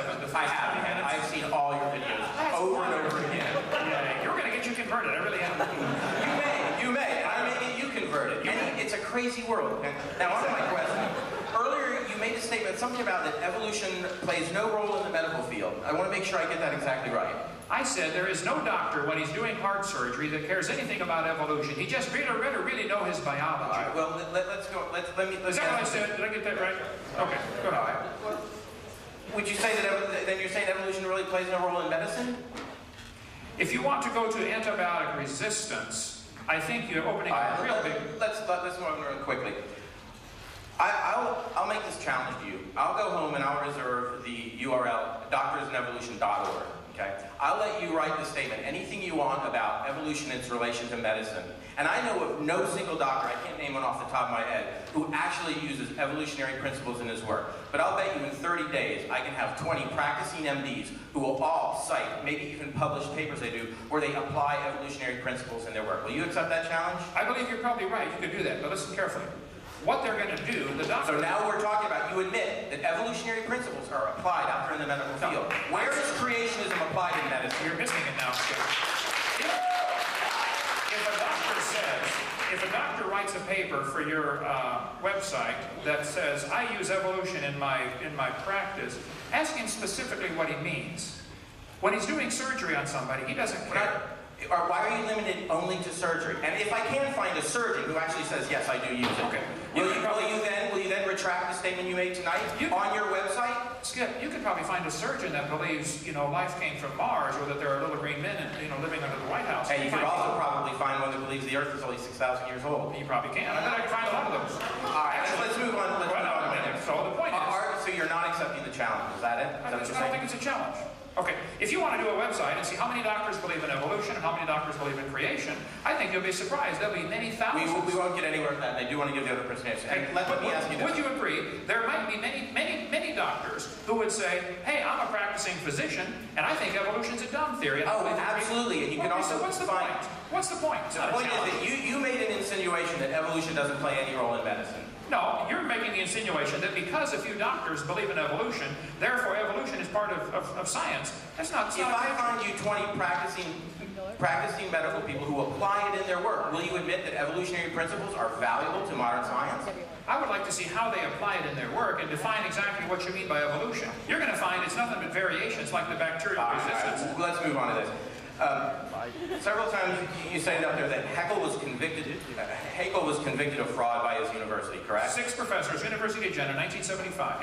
Okay. If I can produce scholarly work to disprove that, will you quit making that claim? I would like have to say that corrected. I've seen several sources that say that's correct. Maybe 1874. Is that what you're saying instead of 75? Did I get the No, it's actually documented all throughout the historical record. If I can produce enough work and we can post this on a common website, will you quit making the claim? I'm not defending hate. I will make anybody that corrects me. If they can show something that I'm making that's inaccurate, I will correct it. Will you correct it? Do you teach that the vestigial organs is evidence for evolution, or the whale has a vestigial pelvis? Does your website teach some of these evidences I gave tonight is lies? Are you going to correct that website? No, because it's the consensus of the scientific community. And as far as I know, your creationist movement hasn't produced any valid science and published it to back up the claim that you made. It doesn't matter what we produce. You're saying... Yes, it does, and the burden's on you. This university does great research and publishes in the scientific journals. That's proof, all right. That's the big boys, Ken. That's the big boys. All right, I'll finish. Yeah, boy, if you publish in a journal, that's proof. Go check the Soviet Union and see how that logic works out. Okay? Hi, my name is Laura Coulter. I'm an attorney. I'm not a scientist, but some of my best friends are scientists. So I just want to make one small, quick point. Okay. You'll be gentle with me. I'm a little nervous. I believe I heard you say earlier that things that you can't observe directly, like sea lions losing their limbs as they move into the water, over time, those kinds of things are fairy tales. Is that correct? Well, no. He said if a sea lion keeps going back to the water, which they do, that's going to prove that they, are losing legs and gaining fins. That's proof that sea lions are designed to live in water like they do. They do pretty good in the water, how was it that you described that it was a fairy tale? Well, he was talking about how whales came from some kind of land-based animal and moved into the water and lost their legs. I said, well, you can believe that, but that's not, we don't observe that. And why, we don't observe that, so it's a fairy tale, right? It's something that takes place in the imagination. I see. People believe these animals make these changes. They never see them. Because they're not directly observed. Well, right. Right. So if it takes millions of years, it's now not part of science, it's part of a fairy tale. So it's occurred to me that you've been making this claim multiple times through the evening that things that are not directly observed are not scientific. That's the definition of science. It's observable, testable. But science actually consists of a lot of things that are not directly observed, that are indirectly observed and are inferential. So I'm just going to leave that at that, but I would actually like to say that you're actually being inconsistent, because earlier you said that the Genesis story was a good story and that the Bible was a good story, and I don't think that you are 6,000 years old, so I don't think that you have directly observed. Well, I'm a very new lawyer. I'm not asking for the Genesis account to be taught. No, but I would like you to distinguish it from a fairy tale, because you've said that things that are not directly observable are not science and are therefore fairy tales. And I would like you to distinguish the Genesis account of creation from a fairy tale. The difference we have with the Genesis account is we have an eyewitness observing. But you do not have any direct evidence. You have not directly observed it, and you cannot. You don't have any evidence that Abe Lincoln was president 125 years ago. That's right. So according to your logic, that's a fairy tale. No. All I'm saying is that according to your logic, Genesis is a fairy tale, and Lincoln is a fairy tale, and evolution is a fairy tale. All of those are fairy tales. Science is things we can observe, test, or demonstrate. I think we do observe and test and demonstrate. We have indirect observations as well as direct observations, and that's what justifies science. Would you tell me, as a lawyer, Genesis is distinguishable from science because it is not directly observable by anybody. Okay, as an attorney, I would like to know. I'm happy to. What is your best evidence for evolution? I'm not a scientist. I don't have best evidence. I'm not asking for creation to be taught. Why it's called religion? Woven together a wide tissue of science. I know it's a huge fairy tale. I agree. We got to work on this, and I'm working on it. Okay. Conspiracy, and I'm not. It's a big conspiracy. You're right. Go ahead. Last question. We're gonna have to quit. Oh, I got to get the next guy though. I mean, we got to be out of here in 6 minutes. Yeah. Well, there's enough of us we can hold the janitors out. Okay. Hurry. Go ahead. I'm Sarah, and so I just want to ask a question. Like you like to back it up. And I'm getting that your main concern, because I don't consider you necessarily a scientist or a theologian, you're an educator. You're also a parent who's concerned about children learning things in school that are lies. Right, I'm a scientist and an educator. I'm also a parent. I'm also, as any parent would be, concerned about their children in school learning lies. Good. So one thing that I'm confused about is I don't understand why you have chosen to bias yourself in trying to write only certain lies that are in textbooks. Actually, because as we all know, there are many lies across disciplines and textbooks. One of the major jobs of educators these days, going through many versions of textbooks, is to try to remove things like loaded questions. And this is something that is not only in the biological sciences. This is a problem in all disciplines. I agree. Okay, so what I'm wondering is... Why am I biasing myself to this one? I taught science 15 years. This is my expertise. There's too many dragons to slay. I only got time to kill this one.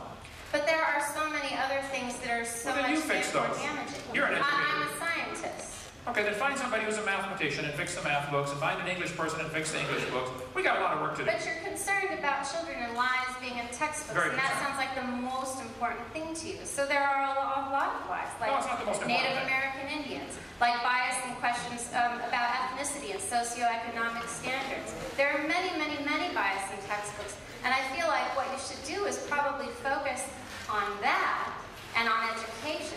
And so why expend so much of your energy on debates in science and evolution, which you're not as well qualified for, since you are an educator of basic educational curriculum? Well, I guess everybody has to pick which dragons they want to slay, and this is the one that bothers me, because it has so much bigger implications. But why wouldn't you slay the dragons you're most qualified for? Let me answer your question. Because this evolution theory is not just a dumb theory, it's a dangerous theory. And why do you feel that way? This is exactly what motivated Adolf Hitler to kill the inferior species, the Jews and the blacks. This is precisely this theory, evolution. You're talking about social evolution, which many people disagree with. That's the result. Okay, we got to get out of here. I'll tell you what, let's schedule another time. I'll come back. I love this place. I mean, this is great. I still don't get your answer. You're not answering why you're choosing to slay dragons that you're not as well qualified. Why does anybody choose any field of work? Why do people decide to be physicians instead of janitors? I mean, I decided to do this. It's my business. It doesn't matter to you. But you're not choosing to listen to experts in their field to help guide you in these wars against biased questions in textbooks. I'm listening to... Okay, we got not enough time to cover all night here tonight, but I would like the next guy to ask a question. I think I did answer your question. I can choose whatever I want for my life. I don't think you did. But I'm not asking taxpayers to pay my salary. I can do whatever I want with my life. But you're okay with taxpayers paying money for textbooks in history that talk about other problems. I'm not okay with that either. I just don't have time to say that. I don't have time to say that, Greg. Okay? Now, I'm so glad you came. 8 years ago in Canada, when I pulled out my pocket knife and volunteered... I want to explain something, I pulled out my Swiss Army knife and said, if you think the tailbone is vestigial... Are you getting this on video, guys? You're getting this on video. I'm just refreshing your memory, okay? I said, I will cut yours out if you'd like, if you think it's vestigial. You then wrote an article in your paper saying that I threatened you with a pocket knife. Is that right? Do you think it is an appropriate response to a scientific question to wave a pocket knife at somebody? Is that a reasonable response? Is it appropriate for you to lie and say I threatened you with my pocket knife? You were 75 feet away, son. I don't want your tailbone, okay? I want to ask a question that I can't... I just wanted that on the record, though. Go ahead. Now, let's hear your question. You want to make a speech or ask a question? I'm going to ask a couple of very simple questions. Okay. Earlier, I heard you say to my friend Laura that, look, you're not asking for the story of Genesis to be taught in schools. Correct. I personally, Kent Hovind, did not directly observe Genesis. It's my religion. Yeah, I believe God created the world in 6 days, 6,000 years ago. I believe that. That is a religion. Correct. I believe that's a religion. I call it a religion. And you're saying that, since creation and evolution are both religions, neither of them should be taught on tax money. Right. Okay. You got it. Good. I understand what you're trying to say. Now,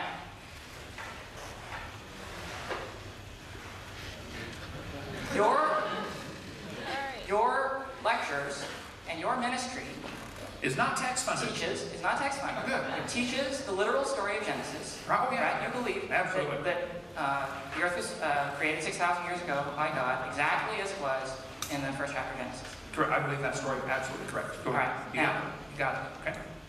I want everybody to pay really close attention. Okay, this guy just said Genesis is his religion, right? And that is what he teaches in his ministry. Okay, now I'm going to ask a really simple question. Pay attention. Okay. What is the name of your ministry?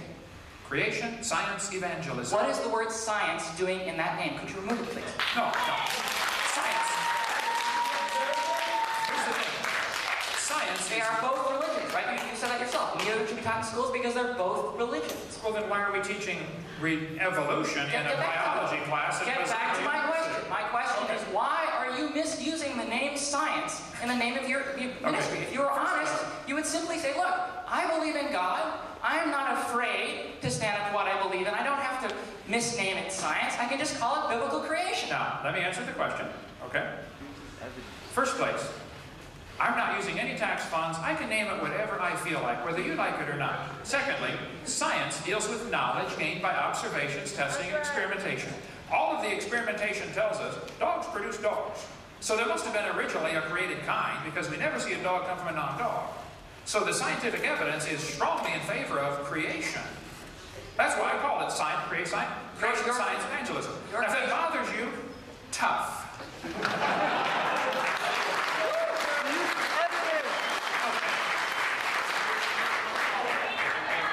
Your creation theory.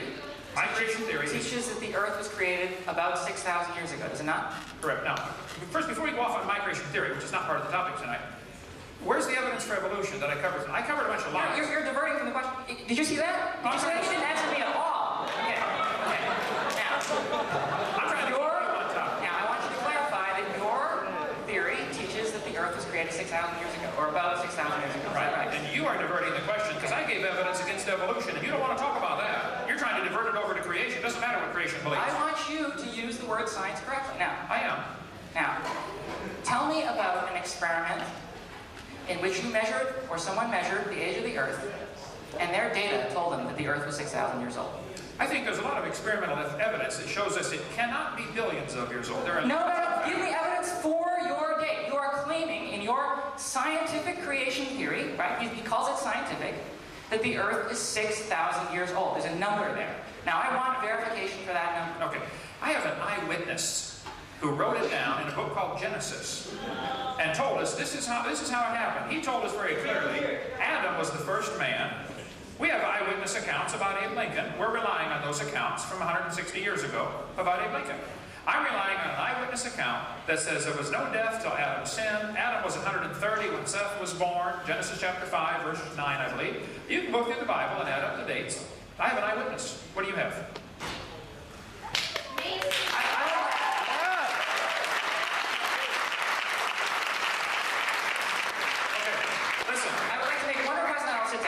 I want to request to members of the audience is, look, if you are Christians, I know there are a lot of Christians in the audience tonight. Wait. If you want to make a speech, you need to get your own crowd, okay? If you want to make a speech, they invited me to come speak tonight, okay? If you believe in God and you are firm in your faith, you do not need to misname it science in order to tell the people that you believe in God. You can simply be honest and say, look, I am a biblical creationist, I am a Christian, I believe in God. There's no need for you to misuse science for this reason, okay? And once he presents a measurement, okay, by experiment of a 6,000-year-old Earth, I will be happy to let him name it science. But until then, creation science is a lie. Okay, folks, we are over time. They're going to shoot us if we don't get out of here. Paul, you're in charge. You take another one, or we? Last one. Okay. I'm willing to say all night. Good night. Very quickly, my name is Brad. Hi, Brad. I'm a fan of yours, and the reason is I had a degenerative incurable disease 25 years ago that I used creation biblical principles of care and to follow up that with a doctor out of San Francisco who taught hundreds and hundreds of doctors of emergency medicine. She had terminal breast cancer in 1992. She teaches to groups 10 times as large, 3,000 people every year. And her website is drday.com, Dr. Day. And she used biblical principles to cure her incurable cancer. The pathology test is on the website. She makes a video that says, "You can't improve on God." That's the title of her video, and that's what she used to cure her cancer. I suggest you check it out. Okay, now Paul? Yeah. I will come back. Maybe we need to sweeten the pot. None of the professors would debate, okay? Correct. I'll come back. A year and a half ago, we invited 146 professors to debate, from 4 different departments to debate Dr. Hovind. Not a single one agreed to do that. I will come back, and a professor that teaches here at Berkeley, I will pay them $500 to debate me on 3 simple conditions. There could be 10 of them. Okay, they split up to 500. I get half the time. We talk about one topic at a time, and anybody can videotape it and sell the tapes if they want. 3 simple conditions. Thank you so much. We've got to get out of here. Thank you.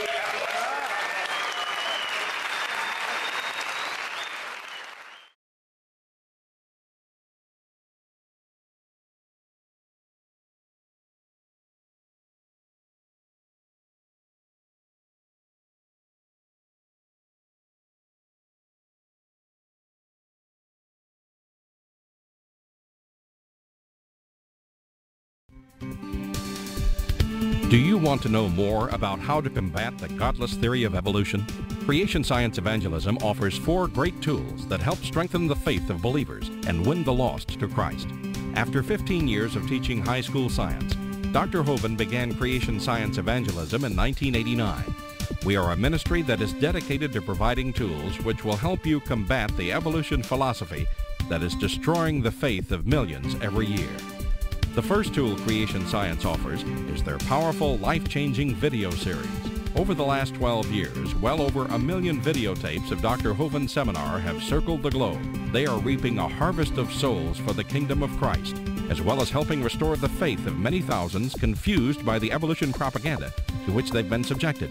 These videos are available in English, Russian, French, Spanish, Japanese, and sign language. The Age of the Earth, first of the 7-part series, teaches that God created the universe about 6,000 years ago in 6 literal days. Could this be true? Can it be scientifically proven that the Earth is not billions of years old? This tape gives solid scientific evidence that the Earth is young and that the Bible is scientifically accurate. How did the environment of the original creation differ from ours today? And how would this allow men to live over 900 years? Can Christians have a good explanation for the existence of dinosaurs? Could some dinosaurs still be alive today? These and many more questions are covered in the 2nd and 3rd part of the series. Evolution has permeated public school textbooks with false and fraudulent information. This video exposes nearly 30 lies commonly found in textbooks. Every public school student, teacher, and school board member needs to watch part 4 of this series. Find out if you have been lied to in your textbooks. Discover the terrible difference evolutionary beliefs have made in the past as well as in recent history in our video number 5. Dictators throughout time have used their evolution-based philosophies to rationalize their brutal actions. Learn how evolution propaganda is being used today to prepare people for the New World Order. This is just a taste of all the information the 17-hour seminar series has to offer. Also available are college courses that expand on the seminars in great detail. For those who can handle a more confrontational atmosphere, our debate series is just for you. I said, now, Mr. Patterson, if you think the tailbone is vestigial, I, Kent Hovind, will pay to have yours removed.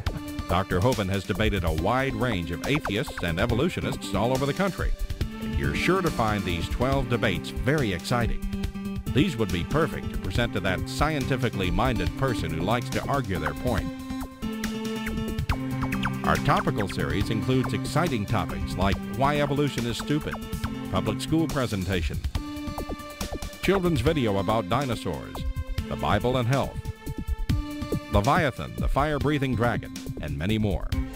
Creation Science also offers a variety of visuals like the longevity chart, which presents the entire lineage of Adam to Joseph as given in Genesis. It's exciting to see exactly how many generations were alive at the same time. Hundreds of books on a variety of subjects, videos on incredible creatures that defy evolution, t-shirts, fossils, and more. Make Creation Science Evangelism the one-stop shopping center for your creation material needs. Our 2 websites, www.drdino.com and www.dinosauradventureland.com, provide our second tool for evangelism. DrDino.com is packed with lots of information, from charts and graphs to articles and frequently asked questions. This is also where you will find more information on all of the products CSE has to offer. Dinosauradventureland.com is great for the kids. They can play lots of fun games and see unusual rides and activities located at Dinosaur Adventureland in Pensacola, Florida. Thousands visit our sites regularly to gain insight into God's creation. The third tool available to you is the live seminars conducted by Dr. Hovind and his son Eric.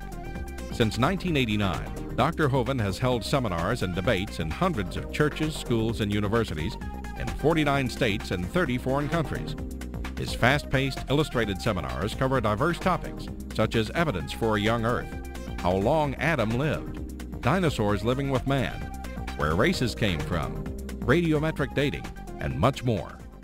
Our fourth tool is the new, exciting Dinosaur Adventureland.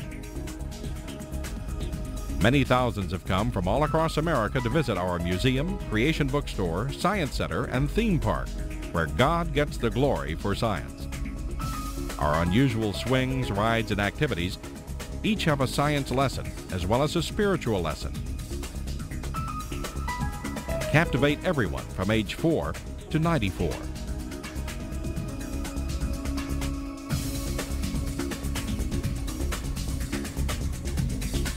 To order material, find out how to schedule a seminar at your church, or get more information about Dinosaur Adventureland, write to us at Creation Science Evangelism, 29 Cummings Road, Pensacola, Florida, 32503, or call us at 850-479-3466, or toll free in the U.S. 877-479-3466.